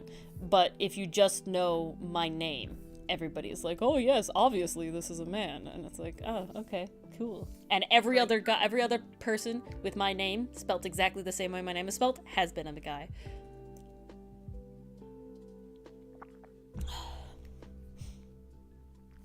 But that's also a reason why I find it. I guess I'm food now. Yeah, you know, I embrace it. You know, we go gender neutral here. Join them. I need somebody to confuse Dylan and I for which one's the like guy and which one's the girl, because we both have gender neutral names. And honestly, mine leans a lot more masculine, so it's a very funny. I'm waiting. I am waiting for those stories to start rolling in. I'm waiting. Seriously, don't disappoint. Interesting, PCM. But do they know your name when they do that, or that's just like your mannerisms, you think? You know, Enthuse, be my guest. And, you know, I don't think it's, you know, I'm not worried. I've like narrowed it down and not narrowed it down at the same time. I see, PCM. My favorite example is I'm luckily, when in like text chats, I have not had an issue with like being pegged as a woman, as a girl. However, I had a friend, Julia, whose name was Julia all across the you know, all across her like social medias and stuff and all across her usernames. And so she would always get their creeps, and I'm sitting here with my name being like, you know, gender neutral, and people assuming that I'm playing Pokemon, that I'm probably a guy, that it's like, oh yes, no, we'll leave them alone. And so I'm pretty sure everybody thought I was a guy when I played Pokemon Showdown. Just because, you know, it's one of those things that doesn't necessarily come up, right? So I guess it wouldn't, typically, yeah. It's one of those things where, like, in certain circumstances, it's just never gonna come up. And you're not even using pronouns, because if you're in a conversation with someone, they're not using pronouns to reference you, right? So it's like, I don't know. You don't want to say it in case it's right? I'm so curious, though, Enthuse. You can DM me. I'll let just you know. Obviously, Mars knows. I'm curious to know if Enthuse is, yeah, I'm curious. Correctly. I'm so curious. I felt like I casted a wide breath, but it's definitely funny. It's funny. Grenade tried to guess where I lived. I let him. He didn't manage it. E. My name is E. E. It's not E. Hoatson's hair did the wrong flip. That's another Hotson done. See, okay, here's an example of very briefly going back to our quote-unquote realism versus vibe. Do it. Shit. Oh, he moves? Apparently. Really? It's okay. I remember how to do it. It must have been when I was Control-Zing the other thing. And I accidentally undid that. Okay, sounds good, Enthuse. But, is that Hotson's hair, floofy changes directions depending on the angle of his head, because it looks better art-wise. Wait a sec. Here it is. You just hit it? Okay, shift. There you are. Get over here. Oh. Ow! Stay. But, don't move. Yeah, so Hotson's hair floof in the front does change direction depending on angle. And this is actually pretty common in a lot of, you know, cartoon art styles, is to have these sort of inconsistent turnarounds. Another example is if you watch a lot of shows, they only show their characters in a 3/4 angle. So like Gravity Falls is always a 3/4 angle. Amazing World of Gumball is always a 3/4 angle. Amazing World of Gumball, being the base show it is, actually references that at a certain point in time, and it's funny. Amazing World of Gumball is what Velma wanted to be and failed, you know? Amazing World of Gumball was woke about the tropes in the best way possible. God. Don't even try comparing Velma to that. That show was grand. World of Gumball is top tier. Top tier indeed. And I will be taking no criticisms. That show, like, surprised me every frickin' time. It was so damn clever. Oh shit, I only have one panel left. Oh my goodness, how grand. Very grand indeed. Yeah, I think what I'll probably start doing is I'll start working on these lines during stream, because honestly, for whatever reason, my brain can deal with it more. Okay, that does not sound like a bad thing. Then doing the backgrounds on stream, talking and backgrounding is a lot more work. Brain power, I guess. But lines for things I already sketched, pretty simple. Not too shabby. Not too shabby indeed. Nephew's name will only remain a mystery for now. Soon. For now. Eventually it'll come to light. Oh, I might have misunderstood Enthuse. Am I supposed to whisper to you to show it up? I am supposed to do this? Question mark. Ah, yes, it was to whisper to me. I remember how it works now. There I it was goes. I was all over the place. My apologies, dude. Oh, my bad. My bad. My bad. Ori. Hey, it's 10:30. That's midnight brain enough, huh? We got there. It little gave bit. Enthuse more time to think about it, to ruminate on it, huh? Huh? It was being nice. True. They got to really consider.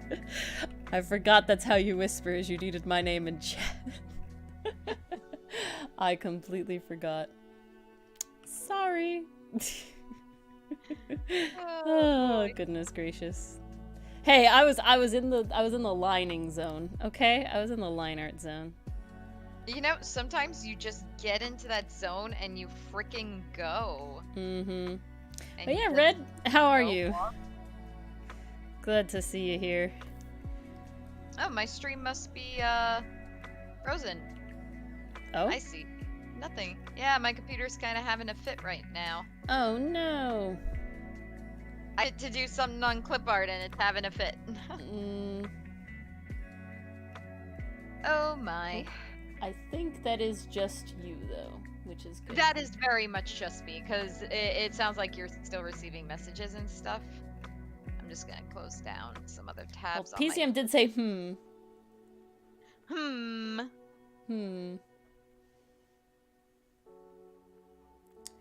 So I think... However, I think YouTube is very behind for some reason. Yeah, YouTube's having a time. It's very behind. Oh no, it's because my thing is not up to date. Ah, that would do it. Mystery solved. Yeah, sometimes the like progress bar like stays stuck and doesn't go live, and it's just like backed way up, and I don't know why. I saw that happen the other night, and It's it weird. was very confusing. Yeah, very confusing. Very confusing indeed. But... Alrighty. Someone say mystery?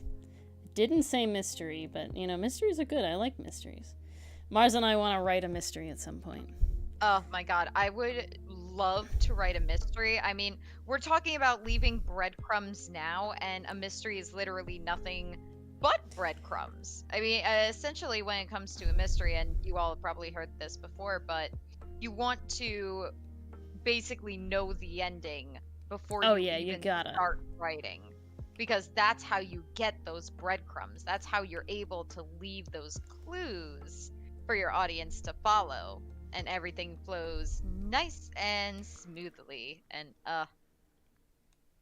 that's the next one. That would be the epitome of my career. Dylan had an interesting idea based on the very vague idea we had, Mars, so... Oh, yeah? Yeah, very interesting stuff. I don't want to... it would be a spoiler, so I don't want to say anything. Oh, no. Okay. We'll have to save it then. We'll have to save it. I'm just gonna paint over it. I don't care. But yeah, that's the curse of a comic creator, is that when you get into it, now you love it, and now it's like, oh, all these other possibilities. Oh, yeah. I think and then that's as you're doing it, you're like, shit, I have a job on the side as well. I think that's a trap that a lot of creators of any sort can sort of get into and sort of fall into, is that on the internet now, that the internet is so... I don't want to say old, but like established is the word I want, right? Well, like it has been around. You can't deny that. Established. Like a good example someone said was that like when like webcomics first started being a big thing on like Webtoon, it was very easy to get noticed because there weren't a lot of them. When YouTube was first getting big, it was very easy to be noticed and get those followers relatively easily because there wasn't a ton of content, right? You know, a lot, you know, starting from zero today is much different than starting from zero at the beginning of Instagram, or at the beginning of Reels on Instagram even, or the beginning of TikTok. Yeah. You know, anything like that. There's a lot more you're competing against. You're just competing against a lot more content. So what is the big thing they tell you to do? Everybody tells you to niche down and find a niche and put yourself in a box, because when you're in a box, people can follow you for that specific thing, right? They know what they're getting into. They're not getting into a whole personality. Like, when you follow, say, someone like Markiplier, right? You're not following him for a specific game. You're following him for him to a certain extent, right? Like, especially at the beginning. Well, you're following for his personality and his brand of humor. Exactly. But nowadays, a lot of people will, you know, they're Minecraft streamers. You know, like that big second boom of Minecraft players and Minecraft content. If those people try to branch out, it's very difficult because they were followed for their Minecraft content. Now, are they going to lose everybody? Of course not. Some people are there for the personality, but they're not going to keep everybody. A very interesting example is I've had an art Instagram account for a very long time. I was about to say, I see this a lot, especially with fan art accounts. Yeah, fan art is a very big one. But what I was going to say is that I had the Instagram that I use for the Origami Curio was actually originally my personal art Instagram, and I actually like archived all the old art and made it specifically for Dungeons and Dragons. And making a specific Dungeons and Dragons account versus posting it along with all my Outcast art and all my other stuff allows those people that when they follow the Origami Curio, they know they're getting just 5e homebrew, right? That's it. That's what they're getting. They know what they're getting into. They know what they're following for. They can look down my whole thing, my whole feed. That's the word that I want. There you go. And see that that's all I do. And so on every social media platform, except Twitter, because honestly, I have no idea what the fuck to do with Twitter. Okay, I grew up with Twitter, and honestly, never going back. I still try when I think about it. I still post on it, but I just don't know how it works. However, both on Instagram and on Tumblr, the Origami Curio specific account does significantly better, without question. I constantly get notes and notifications through Tumblr on the Origami Curio account. For the same amount of time, I had been posting consistently on both the Origami Curio and regular Origami Art Instagram, and the Curio is at almost 4,000 followers versus the art one is at 185, and it's been around that 170 for a long, long time. Damn. So having that specific niche is very important to growing your thing. However, you put yourself in this box, right? That if you want to branch out, it can be difficult to do. Very difficult. You know, I've started. Now you're known as the D&D person. Exactly. You're known as the Attack on Titan fan art person or Minecraft person or whatever. I've started posting Pathfinder stats in addition to 5e stats for the items and for the things that we make on the Curio, because even though we play Pathfinder now, I know that people followed for 5e. And if I was just to take away and not do the 5e content anymore, not everybody's going to be there for that, right? Now, there are people... Now your community is left without a home. Yeah, and well, I do know that there are people that are just on there following me for the cool item art and not using it. I mean, honestly, 90% of the accounts I follow on Instagram for homebrew are not for the homebrew. I barely look at the stats. I look at the cool art that they make. So, you know, like, there is obviously a genre for that, but it's not every 4,000 followers. It's a section of that. So you're never going to lose everybody, but you're not going to keep everybody either. And that's an interesting sort of thing, I think, that any creative sort of has. Kind of come to grips with that. Like, what do you do when you find yourself in this box? I think it's one of those, for me personally, I'm lucky that it's not my job. Mm-hmm. You know, I'm lucky that it's not my job. It's kind of like the commissions are my job. You know, they're what I made any money off. They're not my full job, obviously, but they're what I made money off of. So it didn't really matter necessarily what content I'm creating, as long as I have a good portfolio of the art that I'm trying to get people to pay me to commission me for. Right, items, which I do from doing the Curio. But I could technically draw whatever I want outside of that, because I'm not getting my main stream of commissions are not from people following me on Instagram, they're from me promoting my services on Reddit.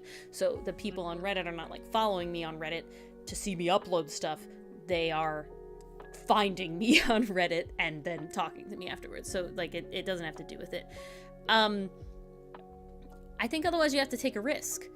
I think that it depends on what kind of person you are, because a good example is like a webcomic creator who has been doing it for years and years and years. You know, are they going to make something else? Is it going to be the same genre even? You know, are you following this person because you like their art style, their writing style, and you'll follow them through whatever sort of genre, you know, they're going to make? Or if they do a different genre, like a completely different genre, are they going to stick around? Like a good example is, you know, webcomic artists who make BL, right? If they suddenly make a horror and it's not BL at all, like, are all those people going to stick around? Probably not. All those people are probably not going to stick around. That's a risk you have to... niche. A bit more niche. It's very different, right? And it's one of those things where it's like, you know, like Mars said with the fan art, right? Or even the fan fiction. These are characters that people already know, that people are already looking for more content for. You know, I'm impressed every day that an artist that I still follow because I love their art style still draws Clans from Voltron consistently. And I am... After all these years. Yeah, they are doing a Clans AU comic, which is top tier shit. But, oh, it's so good. Like, I am blown away that this person can still consistently make fan art. And now that's a testament, you know, my understanding is just because they actually like it, right? Like, they're actually doing it because they want to. They're not doing it because they feel they have to. Well, that's and that trick. is a You're very big line. Because you want to see it. You're not just feeding the algorithm. And I think that's a big pitfall of making content. And I think that's a big thing sort of about what Mars and I do on stream. We're not here on stream to try and be a VTuber and make this our job, right? We're not on stream to try and have this be necessarily like our whole thing, our whole brand. We're on stream 90% for fun, honestly.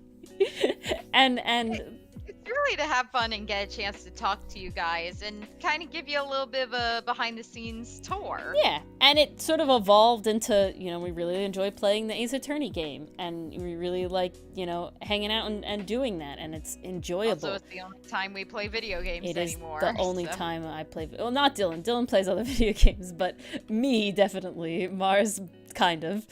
Sorta, kinda. But me, definitely, besides vacation.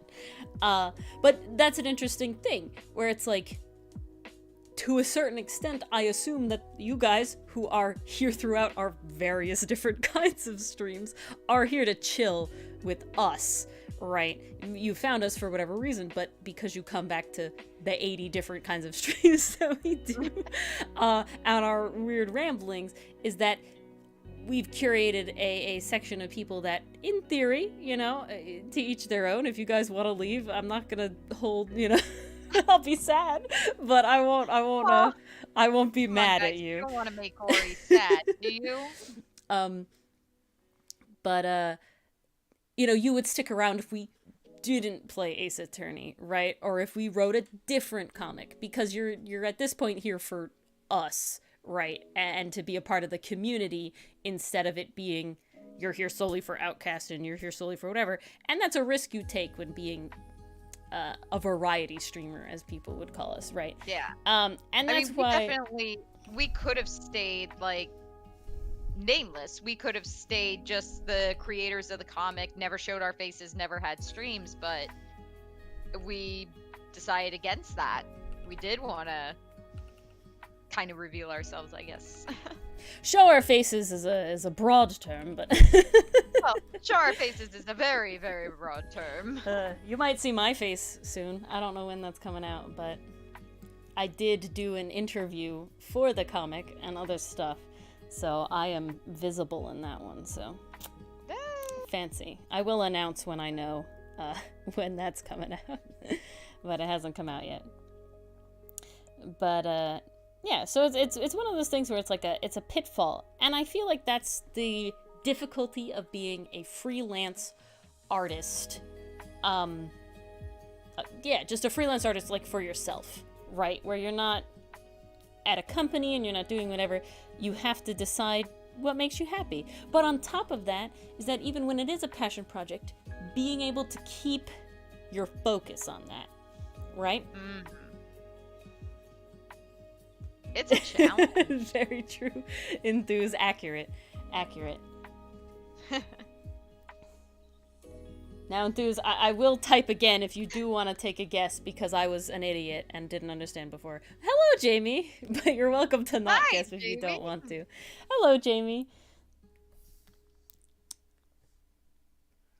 But yeah, so it's interesting where it's like an artist that a comic that I read and an artist that I follow, just started coming out with their second comic at the same time as their first comic, right? And that gives me the Wild. thoughts about hold on, I'm reading the thing.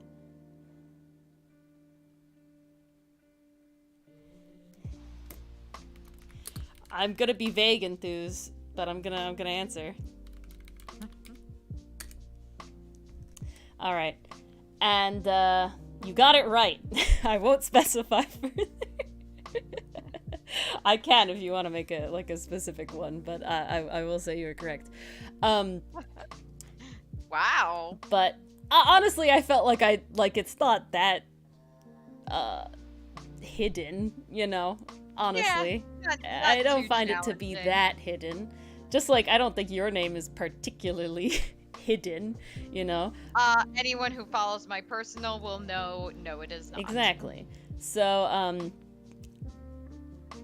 what was I saying? Yeah, so it's one of those things where it's like, man, I can't even imagine doing a second comic at the same time. Aw, Jamie, I'm sorry you're tired. I hope it's not because of tests. Yeah, exactly. Alright, 2 comics at hopefully once. we get to that soon. It's insane. And yet, like, they're doing it, and it's nuts. Can't even imagine that. And now I will say that it is probably their full-time job. They do, you know, it is both BL. They do a lot of NSFW stuff on Patreon, and honestly, that's where the money is, okay? When you look at it, I watched a video about artists making money on Patreon, and the ones that make the nutso amount of money is NSFW artists. Just like the romance novels, you know, like smut novels. I don't know what else you would call them, but you know what I'm talking about. Erotic. Sense. That's the word I want. Erotic novels. Like, those people make the big bucks if you're good at that. And it's nuts. It's crazy. I guess because the people consuming that probably have money, you know, is also part of it. And usually it's behind paywalls, so I don't know. But yes, safer. Okay, I'll show you guys. I'll send it. I think I can't remember if I already took pictures or not. I made an attempt at drawing furry versions of the Outcast crew. I feel like I did take a picture already. What I'll probably do is I'll probably send it to you, Mars, and then just show it on the... Oh my god! I got an Instagram follower in Origami Art! This is amazing. Every follower on that account is top tier. Furry artists do make so much money. It shall happen. I've as you might have seen, I have done some... Yeah, I did! It's insane. It's very, very special. Because that number goes up real slow. Each one is this worth is the problem celebrating. I have, Enthuse. I think yes. But the problem is that they're technically not either. And I find that it's very difficult for, at least algorithmically, to get the people that are like us that enjoy all spectrum of furry to look at my stuff. Look at the kind of furry that I draw. But what I meant by making them furry is, I gave them animal heads, right? I will say I'm not very good at putting hair on animal head people. And I did do, like, some version is, like, realistic, like, quote-unquote more realistic. And then another versions that I was testing out that I don't think I have pictures of yet, were, like, more... what's the word? Maybe, like, stereotypical furry shape. Like, if you look up, like, sharks, right? If you look up, like, anther sharks, like, a lot of them don't have an actual shark head. They look like dogs, but sharks, if that makes any sense. I think you all understand what I'm talking about. But I just sent it to Mars, and they're very quick doodles in a sketchbook, so I will show them on here. I shall. Do you want me to pull them up? I got it. Okay. I'm just gonna change it over to single art stream a second so we can all see. Because I've certainly received them. Yes. Some of them They are here. Some of them I like. Some of them, eh. You know, again, these are very quick tests. But, that is also very true, Jamie. That is also very true. But so it's like, this is more accurate, Cayman Milano, right? This is more accurate Fossus in it. Ferrex, you know. Looks like he belongs in a Don Bluth movie. Ferrex? Particularly the one in the middle. Who's the one in the this middle? This is Sinnit trying to be more accurate shark. Versus this is Sinnit trying to be more furry shark, and then this is Ferrex trying to be more furry Ferrex. Hold on, I'll be right back. Has anyone ever seen The Dark Crystal? Because there are these lizard creatures in the Dark Crystal.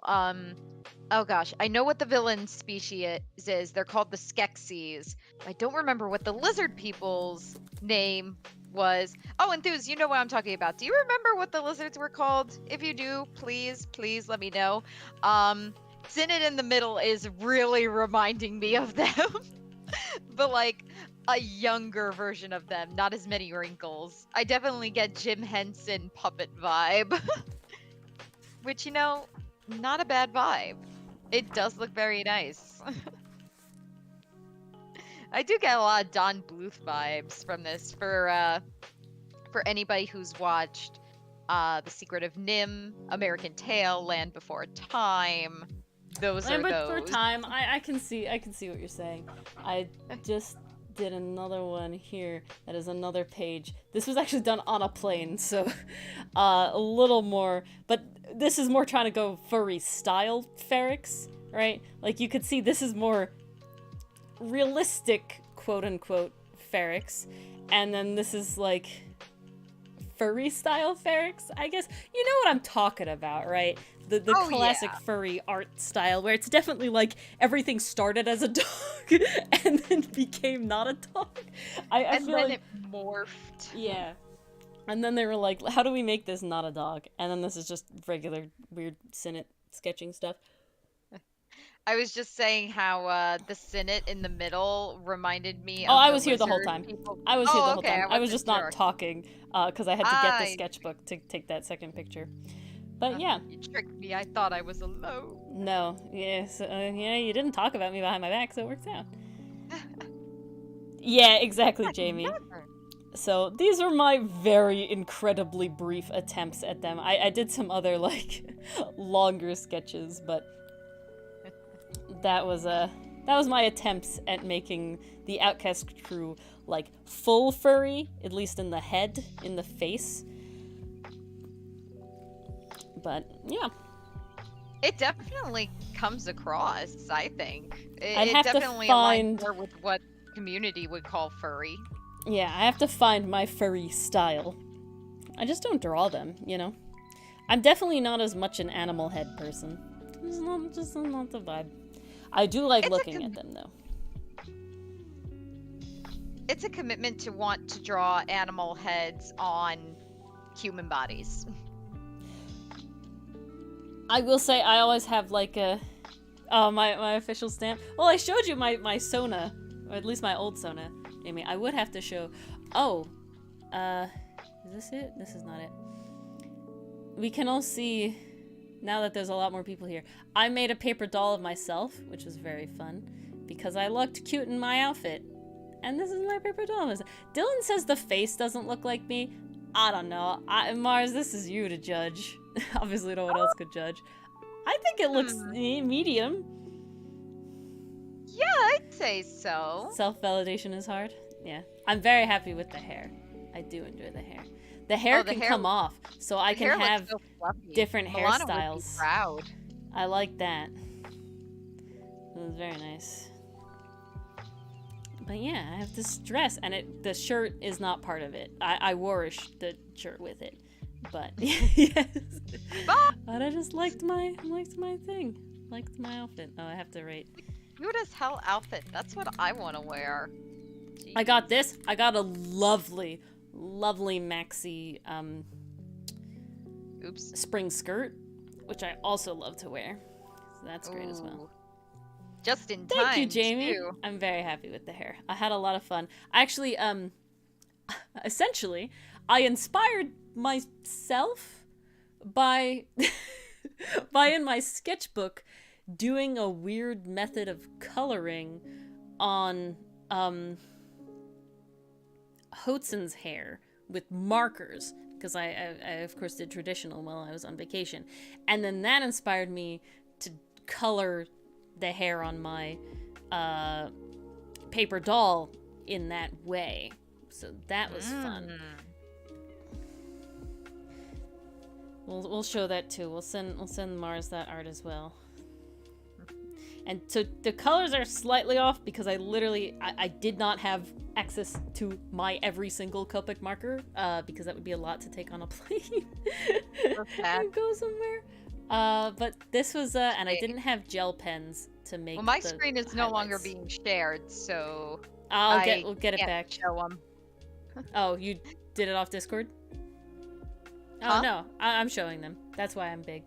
Oh, I thought you sent them to me. I do. Yeah, but that's how I show them on Discord. Oh, I see. So then, yeah, so this hair thing that I did with marker is what inspired me to do hair that way. I didn't bring an entire box. I do have a Copic carrying case that Dylan bought me for our birthday many years ago at this point. God, I feel old. It was like one of my first birthdays while we were dating. It's feels very old. But I think it maybe gives me like 8 times 4 is 20. 32. Thank you, 32.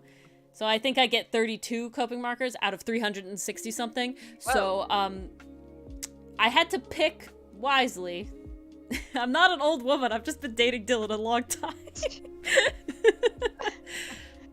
Guys, if you call Ori old, what does that mean for me? I'm only a year behind. You're not a whole year behind.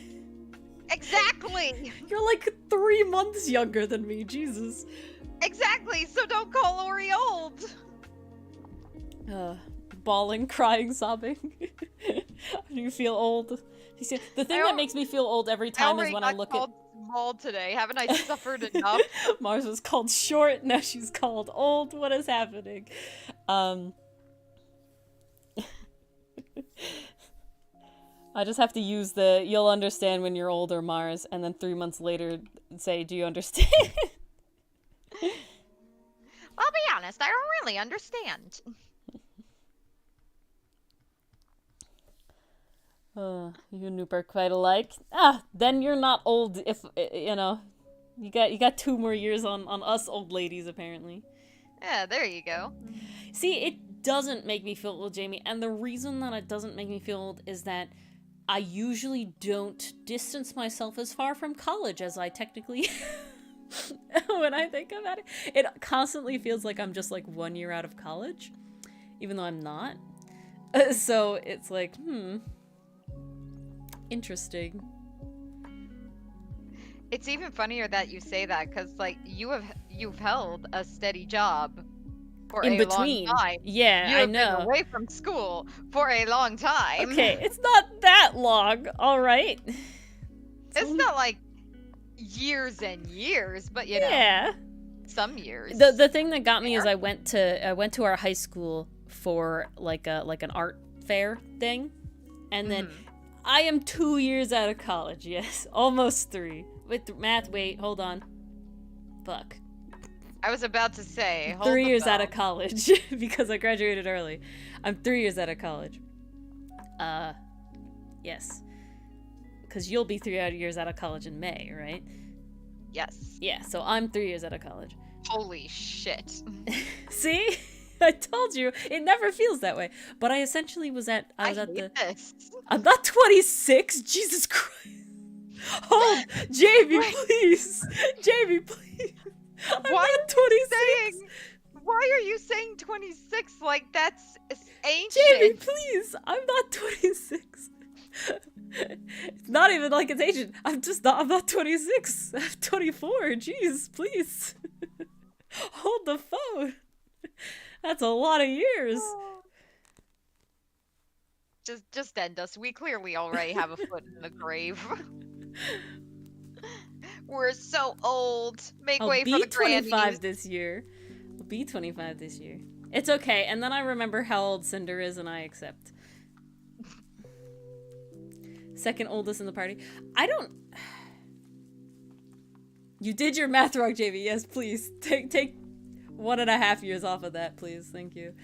What was I saying? Dylan will be 26, though.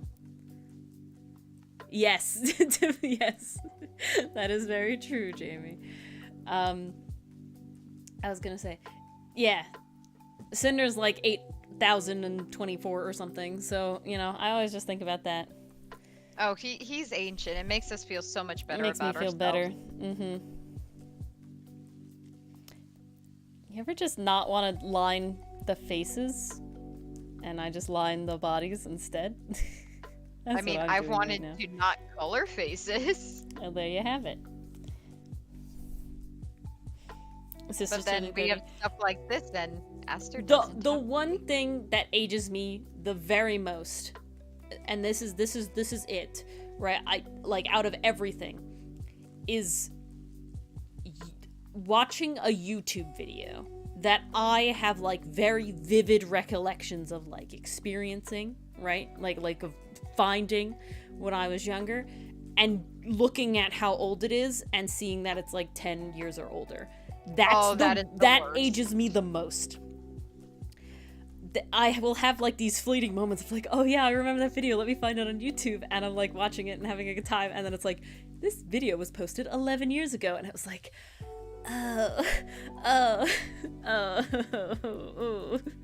Can't remember if I ever told Stream this, but one time at my job, and Ori, I know you must have heard this story.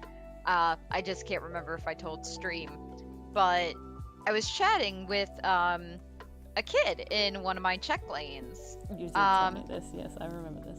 I was like, I must have told you this. So there was a kid in my check lanes, and we're chit-chatting, and we're chatting about video games. So I'm expecting this kid to say, like, the new Switch stuff, and he's starting to talk about retro gaming. Now, he's not name-dropping anything, he's just saying the word retro over and over. So I'm like, okay, maybe this kid's into, like, ColecoVision, Atari, that's pretty cool. He's, like, maybe 8 years old. And I say, wow, that's really cool. What kind of games are you into? And he says, I like playing the Wii. The Wii is officially retro, guys. The Wii that I received for Christmas, Pain. I believe when I was 9 or 10, is now considered retro. I remember getting the Wii. I remember the Wii coming out in a single minute. Yeah, Jamie, join the club. Don't act like you're young just because you get the word teen after your age. I know you're only like 1 year away from not getting that anymore. So don't act like you're high and mighty. The freaking pain.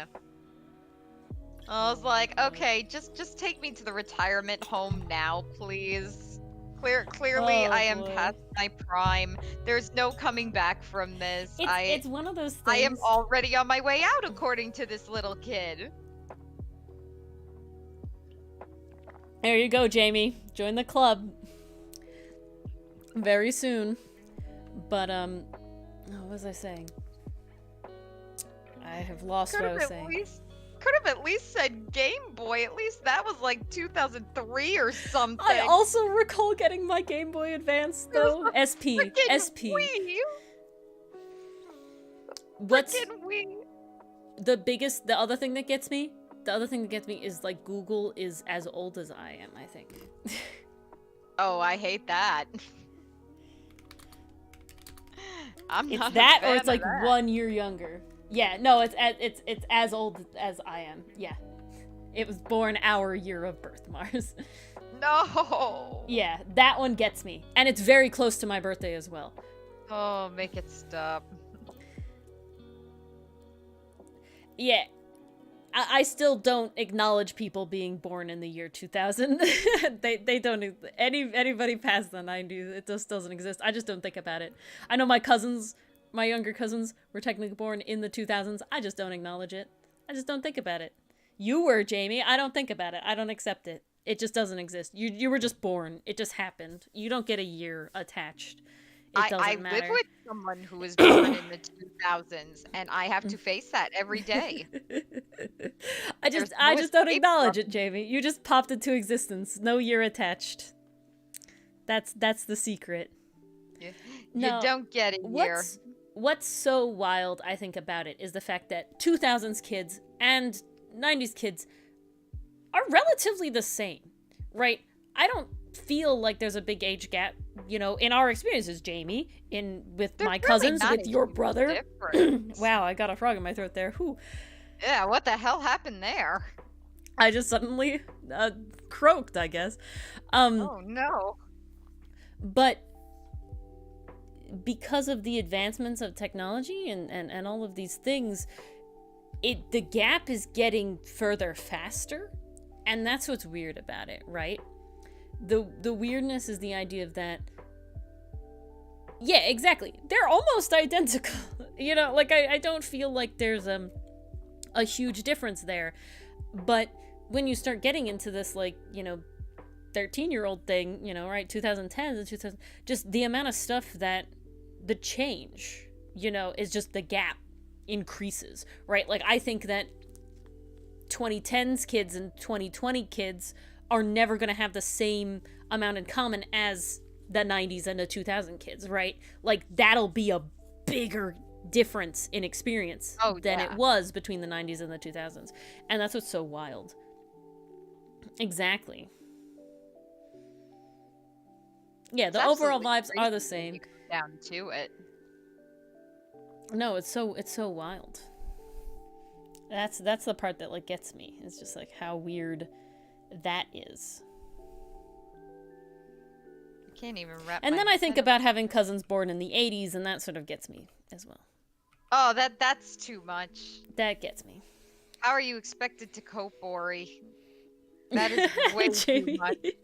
Join the old club.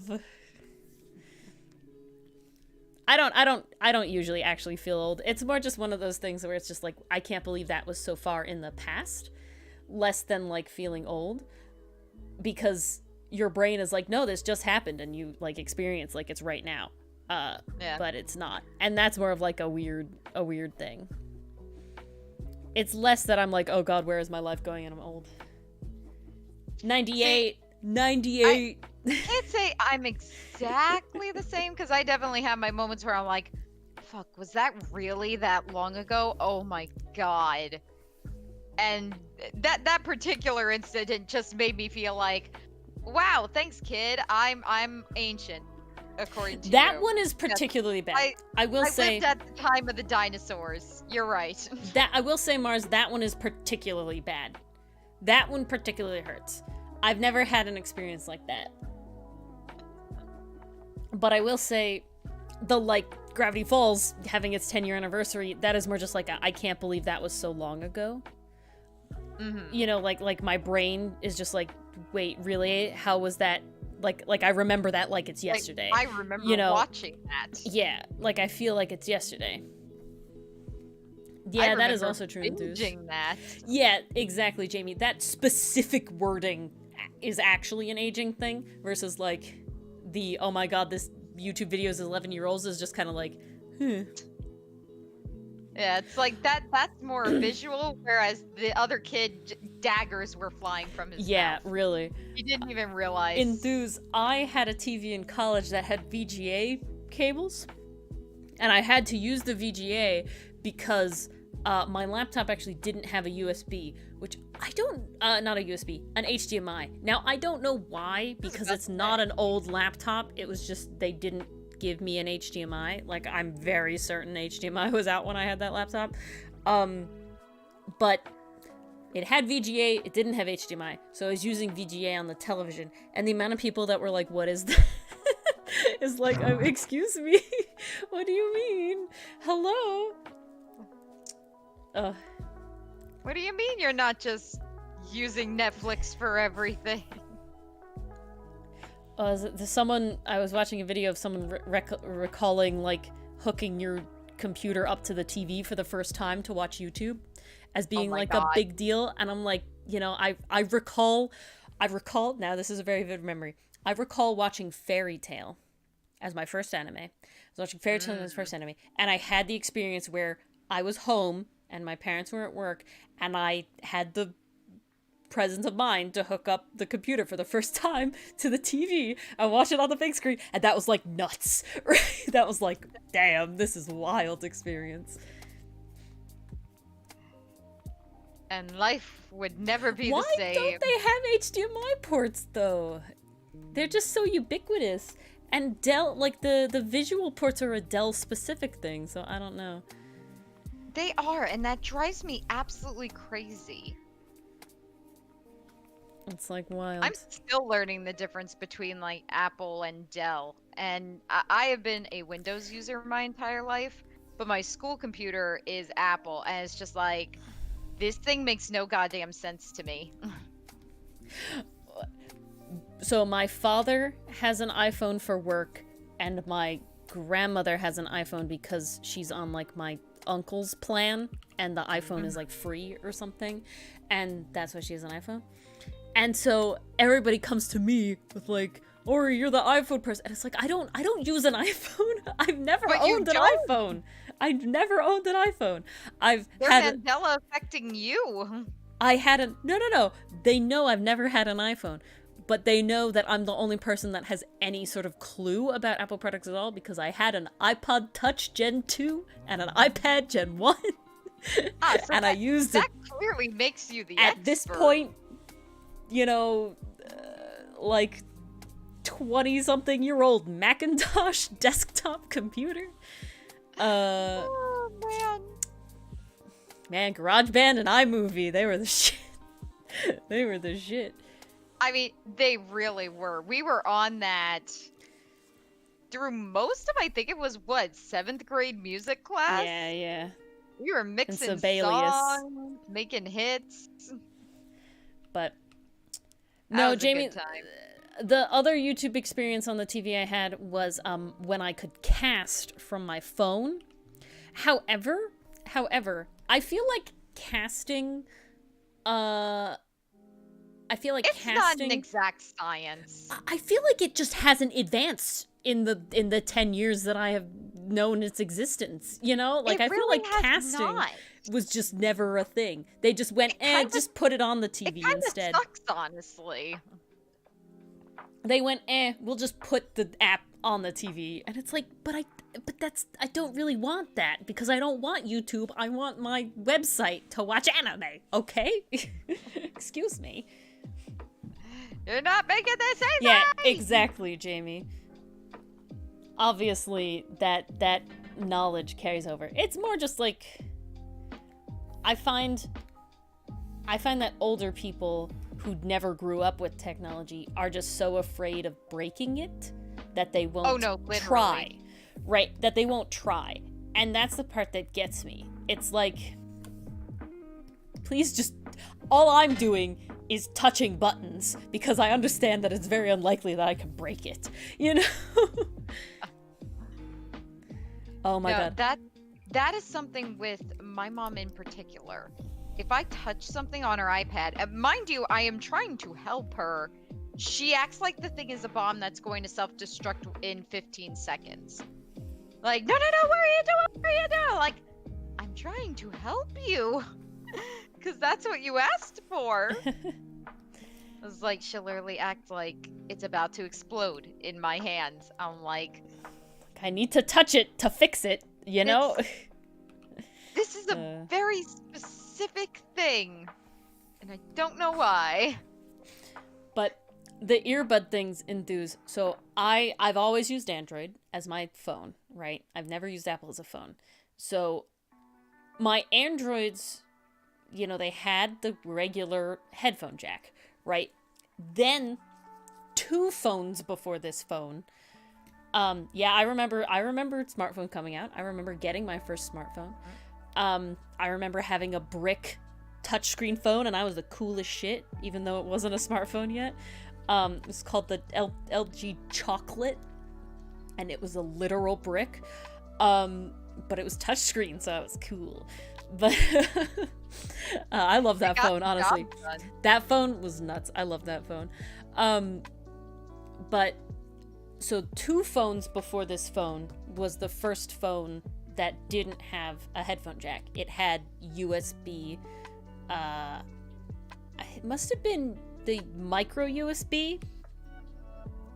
Maybe it was USB-C. I can't remember, but it didn't have a dedicated headphone jack. You had to plug it into the charging port. And so I had a converter. Yeah, it must have been USB-C. And I had a converter from headphone jack to USB-C. And I would plug it in my phone and it was fine. Then the phone after that, it had a headphone jack again, and that was the coolest shit. So I, like, those converters are gone, lost in the wind. I don't know where they are. And I got the current phone that I have kind of unexpectedly on a whim. Essentially, my mother dropped her phone and broke it. And so when we went to get new phones, the phone guy was like, oh yeah, there's also this, like, really good deal going on where you get, like, a ton of money back for giving your phones, because it was, like, post-pandemic, they're looking for parts and stuff. So it was, like, essentially free to get my new phone. So it was like, hell yeah, let's do it. So I got the phone I have now, not even thinking about it not having a headphone jack, right? Because the headphones that I use are mostly wireless, except for my noise-canceling Bose earbuds. They have a headphone jack. So I went on a plane with Dylan, and I specifically brought the Bose headphones, wired earbuds, to have the noise canceling, and I didn't want to pack my big Sony noise canceling over-the-ear headphones. And I'm on the plane, I'm ready to listen to some music, I put the earbuds in, and my phone doesn't have a headphone jack. It doesn't have a headphone jack, and I don't have anything. So I literally sat the entire plane talking to Dylan with the noise canceling on to drown out the noise of the plane, but I could still talk to Dylan because he was right there. We landed in Florida. We got to his house, and I literally said, Dylan, what is the address here? And Amazon Prime 2 days shipped a converter to the house in Florida so that I would have it on the way on the plane ride back.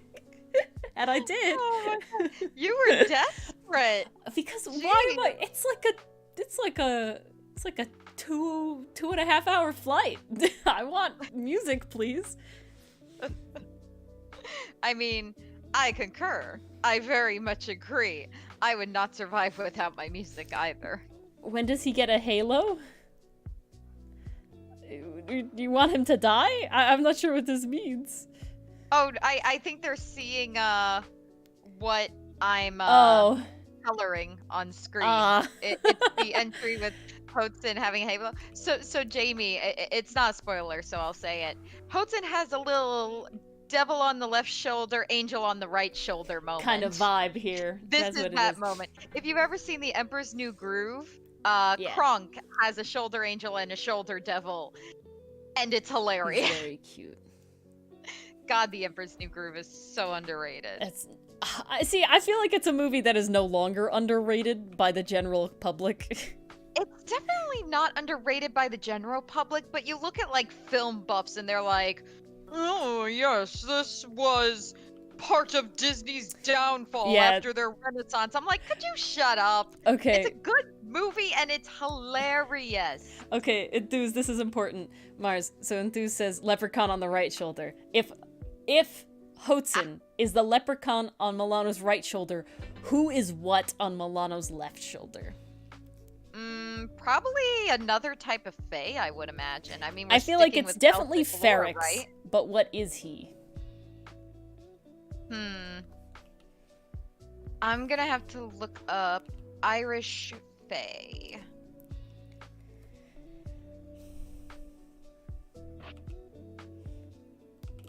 But Hotsun's not a particularly mischievous leprechaun. No, he's more a disgruntled leprechaun. Indeed. Annoyed at in many ways. Milano's. He's just very frustrated with Milano. He's very frustrated with Milano. This fairy. Okay. Hotsun is a cinnamon roll. What did we call him before? Hotsun is 99% panic and 1% anger right now. 1% rage. That's Hotsun right now. Ooh, Feryx could be a changeling. Yeah, maybe. I feel like Anissi? Yeah, panic. Wow, this is a terrible compilation of Irish fae. There are so many more than this. He's definitely not evil, but yes, hot guess. No, that's a good reference. Dylan and I watched that episode recently. Plankton. I don't think I can do a good Karen voice. I'll open it up again, though. If anybody ever wants to ask questions about the comic, about the art, about writing, about realism versus vibe, I'm just opening it up again. We can continue rambling about literally whatever we want, but yes. Oh no, VCM. Yes, sure. Everyone has a little. Some people have a little bit extra, and it comes out with the little devil. You know, I'm glad you like. As you do. I'm glad you liked Angel Hotsun, though, Jamie. We have we came up with our idea for the Easter little extra comic. So yes. That'll be fun. Oh, I'm excited for that.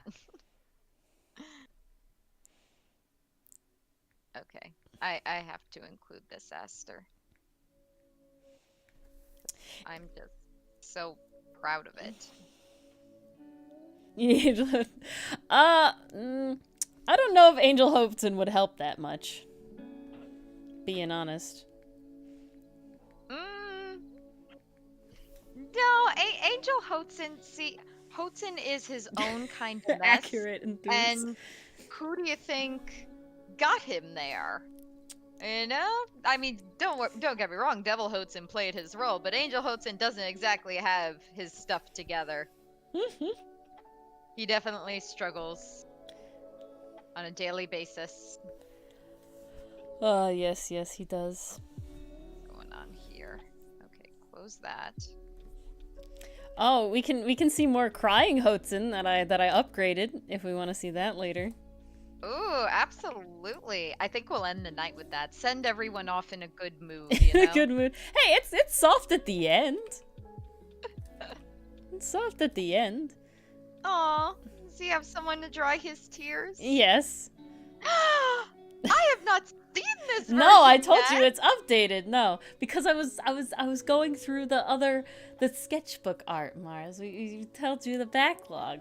I know. You got it from Walmart? I am eager to see this now. Is Neffy both the angel and the devil on the shoulder at the same time? I mean, that's impressive. She's pulling double duty. It's 2 in 1, you know? 2 for the price of 1. Very That's why you got it at Walmart. Okay. Is this... Ah, there we go. Bubbles away. Woo. Okay, entry uploads, flat. I can definitely see my progress in, like, making panels as the sketches go through, because in these I actually have, like, the bubbles written out much better and more, like, present. So You it's know, funny. it's all a learning process, and even with something as simple as speech bubbles, like, you wouldn't think speech bubbles would be challenging, but there is a method to the madness. It's important where It you is kind place of them, its own too. art form. No, Jamie, you're giving PCM ideas. But, I mean, I agree, Jamie. There's a reason that I drew. I need Hudson to cry real bad. Very funny story. There's art of this on the Instagram, but very early, I started reading the comic Cast Off, and one of the characters, the main character, like one of the two main characters, he cries a lot at the beginning. Cries. He cries a lot at the beginning because he is a very traumatic experience, so understandable. But he cries a lot, and so I read the comic and I went, "Damn, these are really good crying faces." So I took that and I just made Hotsun cry, and I drew like 4 different things of Hotsun crying because, you know, the boy needs to break and cry. I need it to I need it to happen. It's gonna happen, but I need it to happen. He can't move forward unless he breaks first. The cry is very important. The cry is essential. I need him to cry. I also need Everett to cry. Oh, Everett's gonna but cry. we'll get there too. Everett is gonna cry, but that's like a season 3 thing. Yes, but I do also need Everett to cry. Everett will very much cry. I mean, look at who his father is. Yeah. Those are the 2 characters that I'm like, you need to break down. I don't need Milano to cry. I need Milano to be very angry. I definitely... So, I have seen Milano feral mode, so to speak. Yes, it was which good. Is great. That's what I need. Those are the 2 versions I need. Save this. I don't really have like a Ferrix or a Sinnet or an Aster need at this very moment. You know, it's what? not a need, but, and I do know this is coming up, I do want Ferrix to have a foot in my mouth and I'm getting called out for it and I'm properly embarrassed moment. I need Aster to yell. Oh, yes. And that is in the plan. I actually thought of a scenario that could happen in. I'm so curious, Jamie. I can't think of many reasons. I don't know.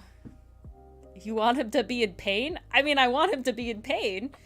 I don't know what other reason there could be.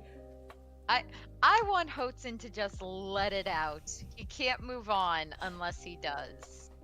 I want Hotsun to have a realization and just break. Honestly, they all need to have that, if I'm being honest. They'll just break in different ways. That's what I'm saying. They all need to break because they'll they're all break in different ways. Wonderful they're ideas, all holding indeed. it in, and this is terribly unhealthy. Oh, incredibly unhealthy. Horrendously unhealthy. Oh, see, look at this. These are the good Hotsun faces, where he's just the panic. Oh, there we go. That's the vibe. That is the vibe. Well, he won't be crying from physical pain, but he will have physical pain. But I don't feel like that's the cry moment. To me, the physical pain is more like this shock, like shock moment, and then passing out.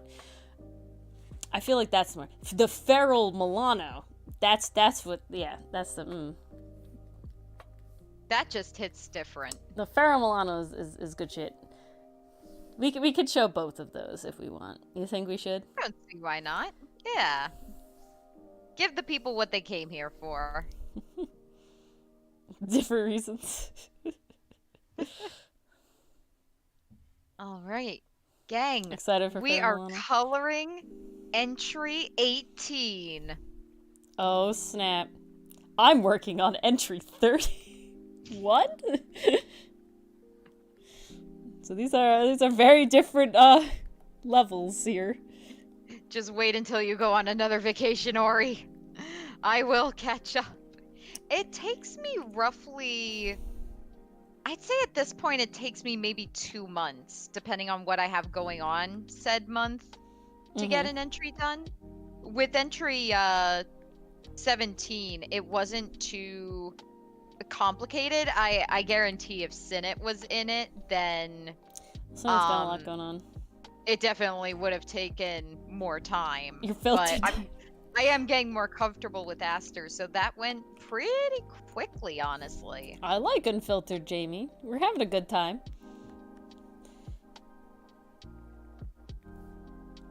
Or lack thereof. But what was I gonna say? Yeah, I try to get a new entry done every 2 weeks as well. So I try to not eat our backlog at all. And so far I'm succeeding. So I still will catch up to you, Mars. I'm very sorry. Oh no, you'll mathematically. catch up. That's why I'm working on this instead. Because also my brain just can't deal with the backgrounds right now, I feel. That's valid. Just that kind of moment. Backgrounds are nasty. Backgrounds are nasty. Yeah, I mean, are there any things you need from the characters now? Chat? I don't know if you know them well enough yet. Some of you might. What do you want to see from the characters? I'm so curious. Yes. Or any questions about the characters that we could answer. Or the comic in general. Too. Or the process, the art, the writing, etc. Oh my goodness, Jamie, please. Y'all know the drill by now. Jamie, please. Oh my gosh, Jamie.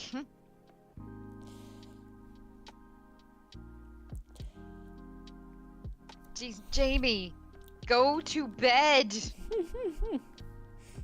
Sleep. It's important. After stream, though, you know. Oh, I mess. Ori, did you just ask Jamie to sacrifice their health? They're already here.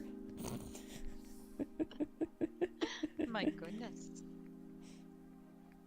It's like I said before. I won't be mad at you if you leave, but I'll be sad. You sleep when you're dead, Jamie. See, you know? Will death come sooner if you don't sleep before that? Yes, but you sleep when you're dead. Yeah. Guys, don't take life advice from Ori. Oh, all that good advice I've given before. Art advice, yes. Life advice, no. Wow. Oh, pain.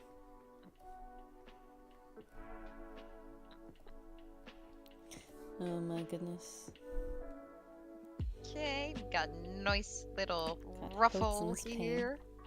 Onto this ruffle. Yeah, what's the other thing? Yeah, so every night I like do a doodle usually. What I call a doodle. It's usually not a doodle because I stay up way too late to do it. But I like surprise Mars with them, so that's where Feral Milano came from. Yesterday I was doing waking up to them. Crying Hotsun. That's what I was doing yesterday. A child. I like use like some of them in like the Instagram reels that are just never seen like fully posted on Instagram. So that's fun. It gives you more content. Yeah, otherwise, God, I feel like I would only use the same thing in reels over and over and over again. Honestly, same, and I'm kind of sitting here like, maybe we should post faster so we have more to work with the reel. And I'm like, no. That it is one of those things. I do flirt with going to like a weekly thing, and then I have to like remind myself that I can only comfortably finish a already colored full panel with backgrounds only, like do the backgrounds, the shading, and the bubbles within 2 weeks comfortably. So it's like, yeah. No. Oof. Goodness gracious, Jamie. Well, I guess at least that you're doing fun things and not sleeping instead of doing unfun things and not sleeping, you know, if that makes sense. I would much rather be staying up into the wee hours of the morn to play board games and stuff with people than stressing and cramming over a test. So, you know, if you're gonna be staying up that much... Oh, one definitely sounds more preferable than the other. I've never been awake for as long as you like to stay awake for, Jamie, but I will say, my college had something called Cranberry Lake, and it is a place in the Adirondacks that the college owns an incredible amount of acreage of land in it, and for the majors in my sort of section of majors, you had to go to this reserve called Cranberry Lake, and you had to, you know, do courses during one of the summers, and the best summer to do it is your freshman year summer. And so I went, and I was there for a total of 5 consecutive weeks, and it's just literally glorified college summer camp. So imagine all of the things that they try to prevent you from doing at summer camp when you're not an adult. Like, it's that. Crank it up to 1,000. Yeah. And now I'm a pretty I don't drink, and I don't smoke anything, and I don't, you know, I've been dating Dylan at the time for many years before that, so we're not doing anything. But the one thing that I did is there were 2 things. I learned my favorite game in the world. It's called Bonanza. It's my favorite card game in the entire world. I love it so much, and it's great. I learned it from one of the professors there. He stayed an extra week to play with us because I got so many people into the game to play with us, and he loved the game so much. And I emailed him afterwards, and he was a great guy. His name was Alan, fantastic. Professor so I would rocks. stay up. Yeah, it's actually a German one, and it's about beans, and it's great. And honestly, I love it so much. It's literally bean capitalism, and it's fantastic. And but I would stay up till 3 a.m.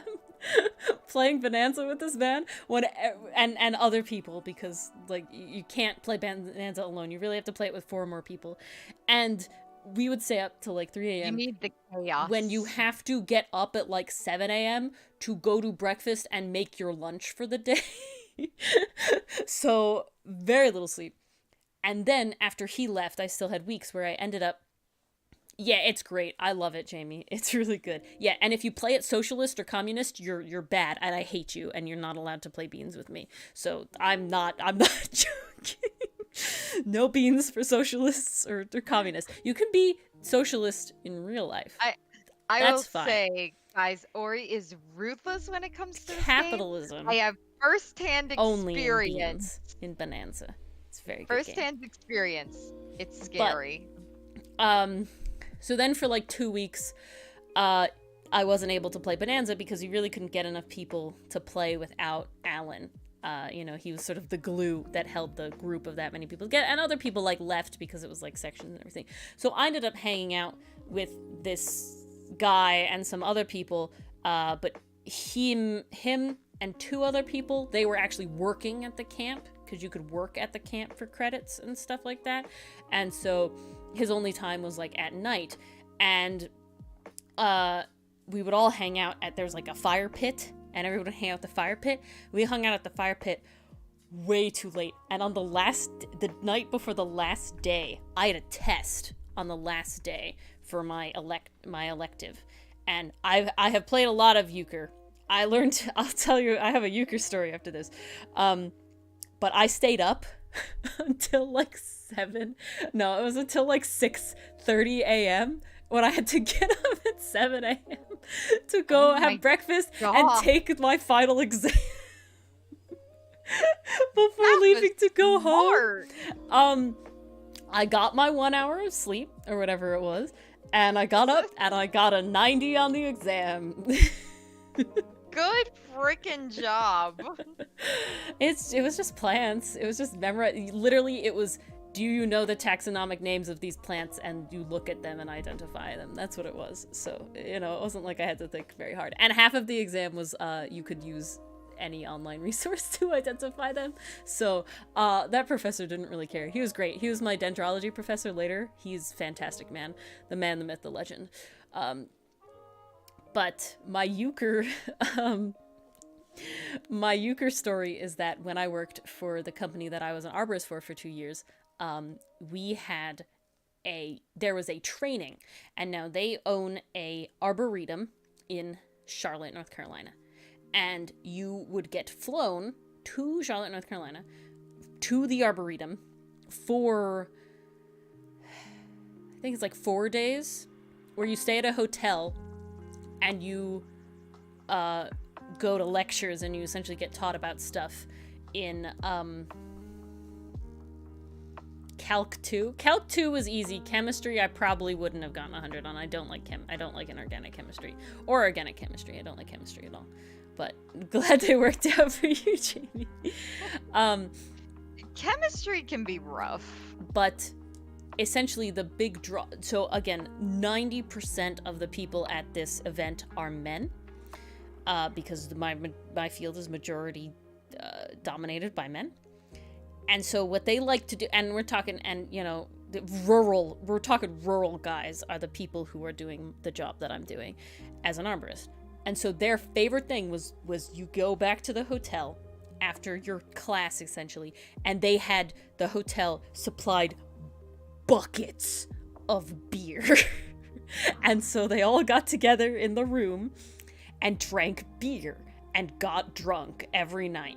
And like, you had to, quote unquote, go to class every day. But essentially, I was taught by very drunk middle-aged men how to play euchre completely sober. And I beat their asses real bad because they were hella drunk. And that was a wild experience. That's my euchre experience. That's why I know how to play euchre. That's amazing. Yeah, it's great. Mental health. Yeah, well, that'll do the the sleeping thing will definitely affect that, Jamie. It is an interesting way to learn euchre. They needed a fourth, and I said, I like card games. And I was taught how to play euchre. Because it's a combination of I was probably the youngest person in the room, and the only woman that stayed up to hang out with these guys. The other 2 women left and never hung out. Ah. You don't actually need a fourth for euchre? Okay, they wanted a fourth for euchre. The way I was taught, they wanted a fourth. But yeah, so essentially, I'm literally fresh out of college. I had been graduated college 3 months. It was how young I was. So I was barely able to drink. I was barely able to drink at this time. Right? No. Technically, I wasn't able to drink. No, you wouldn't have been. I wasn't able to drink. I was underage. Yeah. I wasn't able to drink. I didn't drink either way, but I wasn't able to drink. I should have been able to drink. No, you would have been able to. I would have just been 21. Yeah. That's what I thought. You would have just been. I would have just been 21. Yeah, so I was just able to drink. I didn't drink. I don't want to drink. But it was hilarious because I think the next youngest person in the room was 26 and I'm 21. That was the next youngest person in the room. And I thought it was a wild experience. That is yeah, we played the original then. Yeah, I agree, Jamie. I agree. I definitely agree. I don't when people tell me they drink because they need to like loosen up and have a good time. I tell them this, and they try to get me to drink because I should loosen up and have a good time or whatever. I tell them that I ate a raw egg completely sober. And Yeah. that usually ends that argument. And then they go, damn, all right. Where everybody else eating the raw egg was drunk and or crossfaded. So, you know. They shut up real quick after that. You don't need to be drunk to have a good time. I like very specific things cooking in alcohol, and it has to be, like, super cooked away. There is a dish that I learned from Food War anime that involves red wine, and it is worth it. But literally, that's it. I don't even enjoy really the beer and cheese fondue. You've eaten onion like an apple before? That's a good one to say as well. I'll also sing. Oh, Mars knows this one. I'm gonna tell this story, Mars. This is funny, yeah. After getting back from Cranberry Lake, my parents surprised me with going to a Kalahari resort. Oh! And I showed up at this Kalahari resort, and we were fine. And I ended up texting with Mars for some reason. I don't know why. We were just texting. And it came out on Snapchat. Yeah, and it came out that... I don't remember how it started, but it happened where it's like, oh, I won't be there for a couple days. I'm actually going away on vacation right now. And I was like, oh, I'm going on vacation too. I was supposed to be home now, but like, it was impromptu vacation. I'm going to Kalahari. Oh, that worked out. We'll see each other when the week is up. And it turned out that Mars had also, completely unrelated, ended up going to the same Kalahari resort at the same time. Same resort at the same time. At the same time. It's not even in our state. It's in a different state. Epic. And we went to the same one. And but what I'm trying to tell, the ending part of it is I met with Mars up at like the food court area of like the main lobby, and we like sat at a table and we were hanging out, and this song came on that I had memorized, and I still have memorized, the Just Dance to the song. And I did so I danced it in the lobby of this Kalahari resort. There's very few people. There's very few people. But yeah, that was very funny. Oh my god, it was amazing. What did you do to this chocolate chip cookie, Jamie? I'm so concerned. That was like a once in a blue moon. It was crazy. Scenario. And I think it was literally because again. It was just wild. We were trying to hang out or something, and it was like, oh, we're both away. In my confidence. Sometimes you just gotta go ham, Jamie. You just gotta go ham. That's the secret. There we go. Nice. H flat. Oh, see, Dylan might be proud of that one, Jamie. Dylan's the food experimenter. The food mad scientist, if you will. Okay, what's the strangest concoction he's put together? Okay, so before Dylan and I started dating, right after we met each other, and while it was in sort of the phase where it was like we were talking, but we weren't dating yet, we ended up exchanging these Snapchats. I don't remember how it started, but he sent me a Snapchat of him biting directly into a lemon like an apple. And while that was fine, he learned that lemon juice strips paint off a wall, so that's a whole thing. Because it squirted everywhere, and then it stripped the paint off the wall, and he had to put a picture frame over it to hide it from his parents. Oops. But essentially, and then I, with my friend, would take a picture of us, like, doing the same thing he did. And so it was like, we kept upping. He then took an Oreo, and he put, I believe it was barbecue sauce, mustard, maple syrup, and mayonnaise on this Oreo. And he ate it. And it was so bad that he dropped his phone. In the Snapchat video. And we were like, yep, you win. We're not doing that shit. We're not doing that. We're not doing that. He also told me a story once where he was in college and he was in the college food court I can't remember exactly what it was, but the story essentially ends of him doctoring nachos in a very specific way, and now Dylan is not a liar, so even though this sounds like a that happened story, it's not. The guy at the table next to him was just staring at him the whole time, and after he finished it, he clapped. He actually clapped. I believe it. Dylan is not a liar. Dylan can't lie. He's terrified. Not he can't lie. That He is totally too could, good. but he won't. Dumped an entire pepper shaker. Yeah, you would have fit in with my crowd at college, Jamie. I had a friend mixed a very disgusting. Normally I would say I have a pretty strong stomach. This one got to me. I don't remember what it was, but it was mainly milk and cranberry juice. Why. Yeah, milk is very your important to favorite me. drink. And milk is very important to me. So if something made it so that I didn't like it, I think I would be upset. Put a number of different things in it, but it included cranberry juice, which I believe all of you science nerds know curdles milk. Real bad. Ew. And so he No. made this incredibly disgusting... Oh, I love eating cereal dry. Oh my god. Dry cereal's great. Cheerios? Amazing. That just tastes like cardboard to me. What? I No, need honey milk. nut Cheerios. Come on. Okay, honey nut, yes. Yeah. Or the frosted wheat thins. The frosted Wheaties or whatever. Those are good. Yeah, those are enough to stand on their own.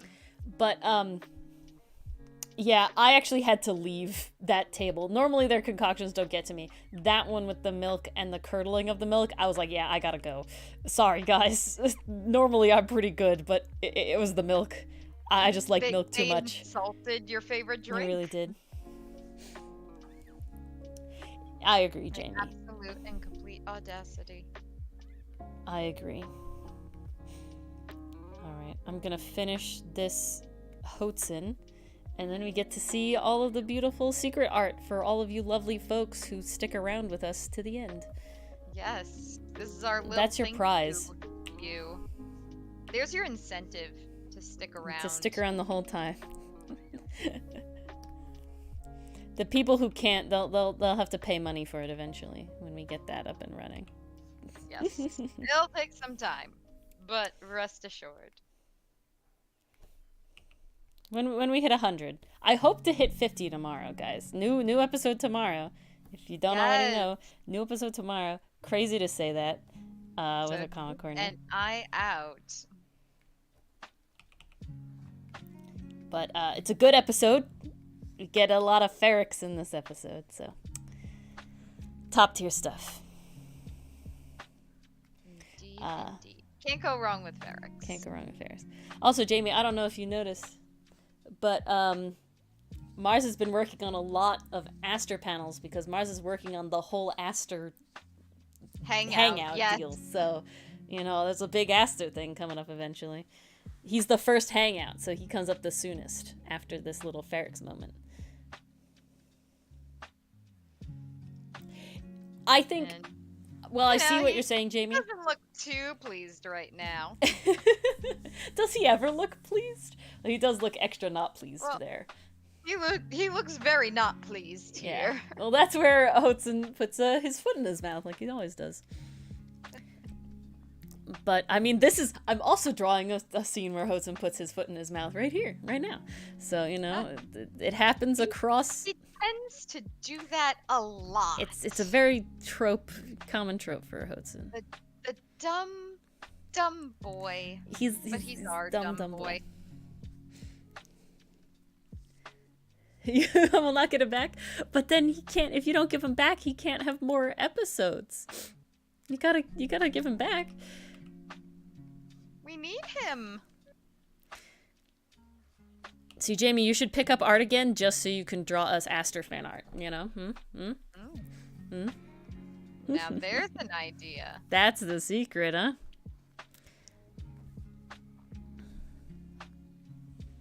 He's mine. No, he's not yours.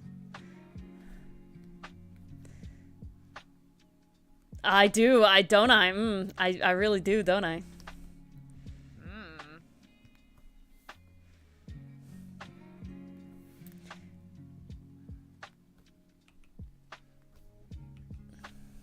Yep. This is not a happy Aster. No, he's very Oh, annoyed. Hudson, what did you do this time? You know, be a little shit accidentally, but yeah. He's got much to unlearn. But Alrighty. I do want to thank you guys for sticking around, even though we didn't stay completely on topic tonight. I think they get that anyway. It always happens. I think I need to start being a little more selective about what my topics are and not just go on vibe. Such is life. Like, ooh, I can talk about He that, is. and then it's like, I got nothing. He is indeed a very little shit. He is very short compared to the rest of the callers. Technically, he's not short in general, but he is short compared to the rest of the callers. Oh, Neffy does have feathers too. That's a good one. But Jamie, we could have a wing session. Do we want to have? Would that be something interesting to you guys who are still here and would like to enter chat? Would you like to have a wing? I do pride myself that I do enjoy drawing wings and feathers, as you might have noticed. Watch Ori draw wings. So I do feel like that's something I could talk about. I could also talk about like anthro legs and ears and tails. That's probably where we get. Yeah, you would like that? We can have that in the rotation. We certainly can. Why not? That sounds brilliant. All right, we'll put that in the rotation. So, let us get our beautiful files open. Doodles? Yes. Okay, we'll have a stream about feathers. You don't need to stab anyone. Okay? We're good. You don't need to stab anyone. No stabbing necessary here. Don't worry. We can do it.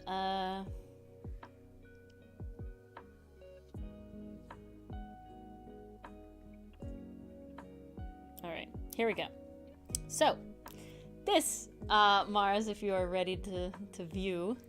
I am want ready. You to get, not a good view.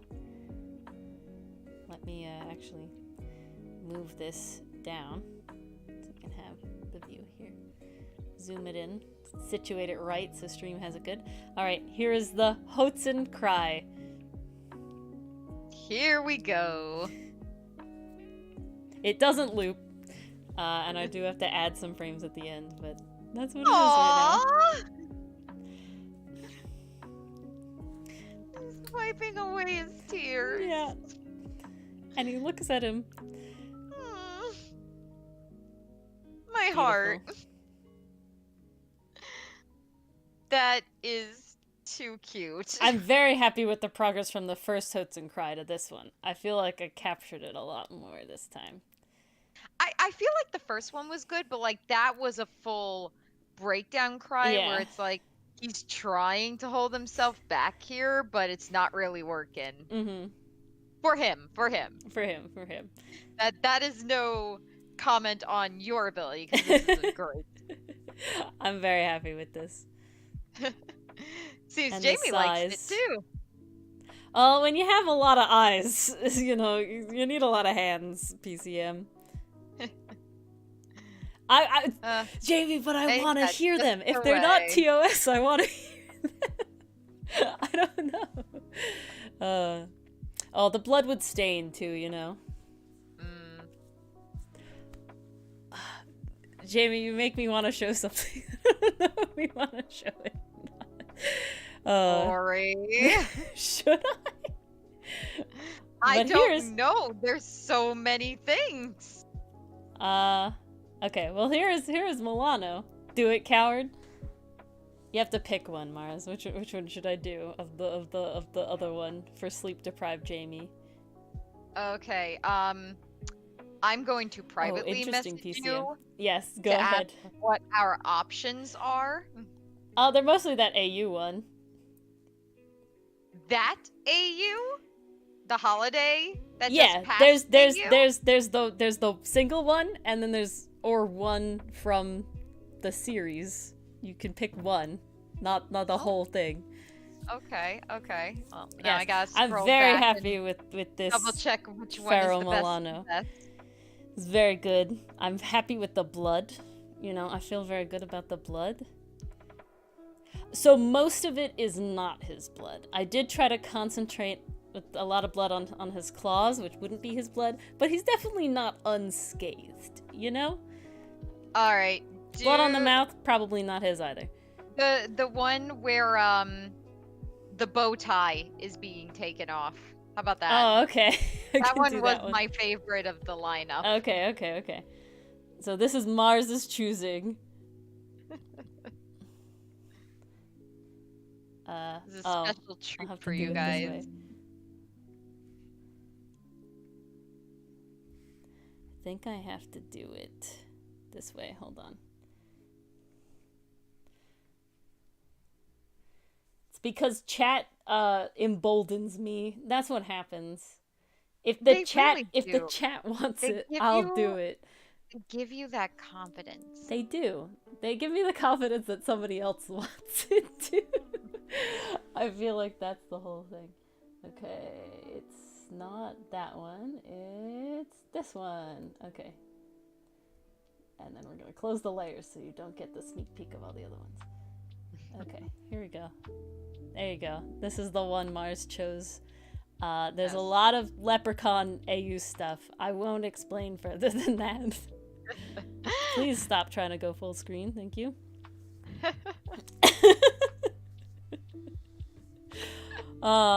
Beautiful. See, this is kind of what we said earlier about naughty Leprechaun Hotzen. Yes. But honestly, in this case, I think it's more unknowingly naughty Milano. That's the vibe throughout the whole thing, though. Milano not understanding. He's not doing this for naughty reasons. He's doing it. Milano just wants the gold. Yeah. So essentially, no, he has incredible bottom energy. Oh, Hotzen is a full-on bottom, Jamie. It exudes. But what I was saying, so essentially, the comic, right, of the Leprechaun AU, right, is that Milano is trying to go find the gold, and that Jimmy, you make me really want to show some of the other shit. I can't not. But yeah, so essentially they don't find gold because Milano goes to the wrong end of the rainbow, and Hotzen's just sort of did get to see. Pissed off and upset, and he's just walking away, that he's kind of annoyed, and Milano's like, no, I'm not going home empty-handed. And Hotzen has lots of gold on his outfit, on his leprechaun outfit. So yeah. And that's how this happens. That's how this happens. Images before and after, but this is it for today. And I've titled it No Gold. I proceeded to contribute in my own way because inspiration struck, and I had not written a poem in a very long time. It's very good. It's very good. This is the sort of thing that I would put on the Ko-fi. This is a Patreon. This is the Ko-fi sort of thing. Like the whole thing would be the Ko-fi, and the other one with Mars's poem would be the Ko-fi thing. So like that's the whole thing. There's every layer has an image or more. I had a time, apparently. Ori was having a blast. I was having a time. And gave me so much to work with here. I will just say this one's not naughty, but I just very much enjoy these two images because it is like a sequential thing. So I very much enjoy just the vibe of these two images. Yeah, so the whole thing very good. JB, so throughout the whole image sequence, he starts to realize that he likes it. That's the whole thing. But Milano has Yeah. no idea what he's doing to Yeah, the poor guy. Milano just wants the gold, man. That's Milano it. just wants gold. Milano He's just not wants in the it for gold. any other reason. But He I just do wants like the these gold. two a lot. It's just ominous, very ominous. Yeah, exactly. But there you go. There's your treats for today. Your sustenance for coming all the way to midnight with us. Perhaps there will be more next time. I mean, you know, if chat encourages me, you know, I otherwise I only show it to Mars. Otherwise only Mars sees it. Which I am not complaining. All right. Great. But yes, so new comic comes out tomorrow at noon Eastern Standard Time. Should all be there. Set your alarms. Are gonna be a good episode, I promise. Yeah, I'm thinking that if we do hit 50 if we hit 50 subs on Webtoon tomorrow after this new upload, I will make the Ko-fi actually work for this. It probably won't have all the tiers and rewards. It will just be like 2 things, and it'll be the safe for work doodles and the spicy doodles, and that'll be it. And that'll be all anyone gets. Because at the moment I can't. Maybe it'll have a couple other things, like 1 episode ahead isn't actually too bad right now, and I think I've gotten to the point where most of the episodes ahead don't need edits, so that makes it easier. And then maybe like script stuff would probably be the other ones. So yes, there will probably be, if we hit 50 subs on Webtoon, there will probably be light subscriber tier things with that on Ko-fi. So get everybody to read it. Go. We're 3 subscribers on Webtoon away. You gotta get 3 people to sub. What you see. And then you can pay money for the very in-depth sequential art I've made for St. Patrick's Day. And probably the Easter one. And every other holiday. The ideas for the Easter one are a bit less spicy, but let's face it, it might go that I don't direction know. anyway. I wouldn't say that the original Leprechaun one was spicy in the first place. Not originally. I just had a time, okay? But then Ori had a time, and then she told me about a book featuring a leprechaun, and I was like, I can make a spoof of this. Very, very And a briefly. poem. It's called like Clever Tom and the Leprechaun. It's the one leprechaun story that I can like recall at the top of my head. Basically, it's and this is a different piece of art that's not in that sequential art at all. This is a separate one. But basically the story goes is that when you look at a leprechaun, when you look at one, you see one, they can't move until you like blink or look away. So Clever Tom manages to, and then they have to tell you where their gold is once you've caught them. So Clever Tom finds a leprechaun, and he catches him, and unblinkingly, he's like, okay, tell me where the gold is, and he tells him where the gold is, and that it's underneath this corn stalk in Tom's field of corn. Now, Tom doesn't have a shovel, and he can't blink right now, so he ties a golden, like, handkerchief ribbon around the proper, correct corn stalk, and then lets the leprechaun go, and goes to get his shovel.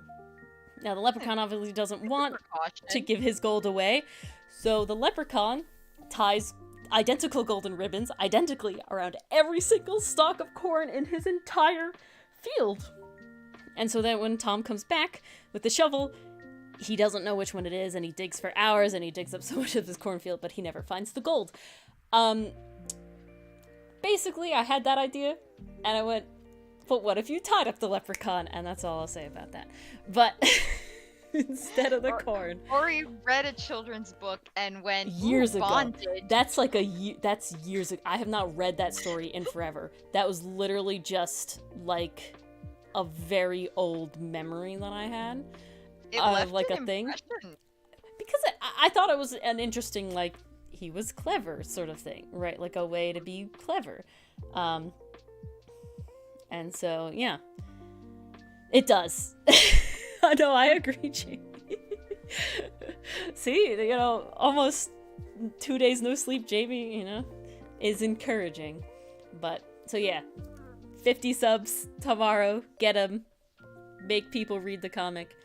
And, can have more spicy things. But, I think that's it. Normal stream schedule this week. You know, we'll have Ace Attorney on Tuesday. That's We'll have so crazy. Comic Corner again on Thursday, Guys, and we're back to our normal schedule. D&D on Sunday. All this sort of thing. It's gonna be a good time. I'm not sure in which way PCM is suffering, though. I can't tell. He's I judging. assume it's a good kind of I don't know. suffering. It sounds like he's judging us. Nah. But I think that's it. Anything else? Truly, Nothing Jamie. to add on my end. Just thank you guys for sticking around, for staying this long. We always appreciate it. I feel like I don't think Cinder is still streaming. Oh no, he is. Okay, we'll raid Cinder thanks. real quick. Let's go raid him. He's probably doing Dungeons and Dragons review stuff. It'll just be nice to raid him. And yeah, Jamie, you're an instigator. You know, you little instigator, you. You're definitely the devil, Hotson version. But yeah, you know, Jamie, maybe that's the thing. Wear that title with pride. I know. I'm going to go draw something after this, after we raid Cinder. So, go say hi to him. Don't be horny in his chat. Yeah, no. For me, just enjoy the homebrew, and yeah. All right. Thanks, guys, for hanging out, and we will see you Tuesday for Ace Attorney. All right, guys. Good night. Good night, everyone. See you next time. Oh, I forgot raids take 10 seconds. I'm so forgetful. 5, 4, 3, 2, 1. Raid. Bye.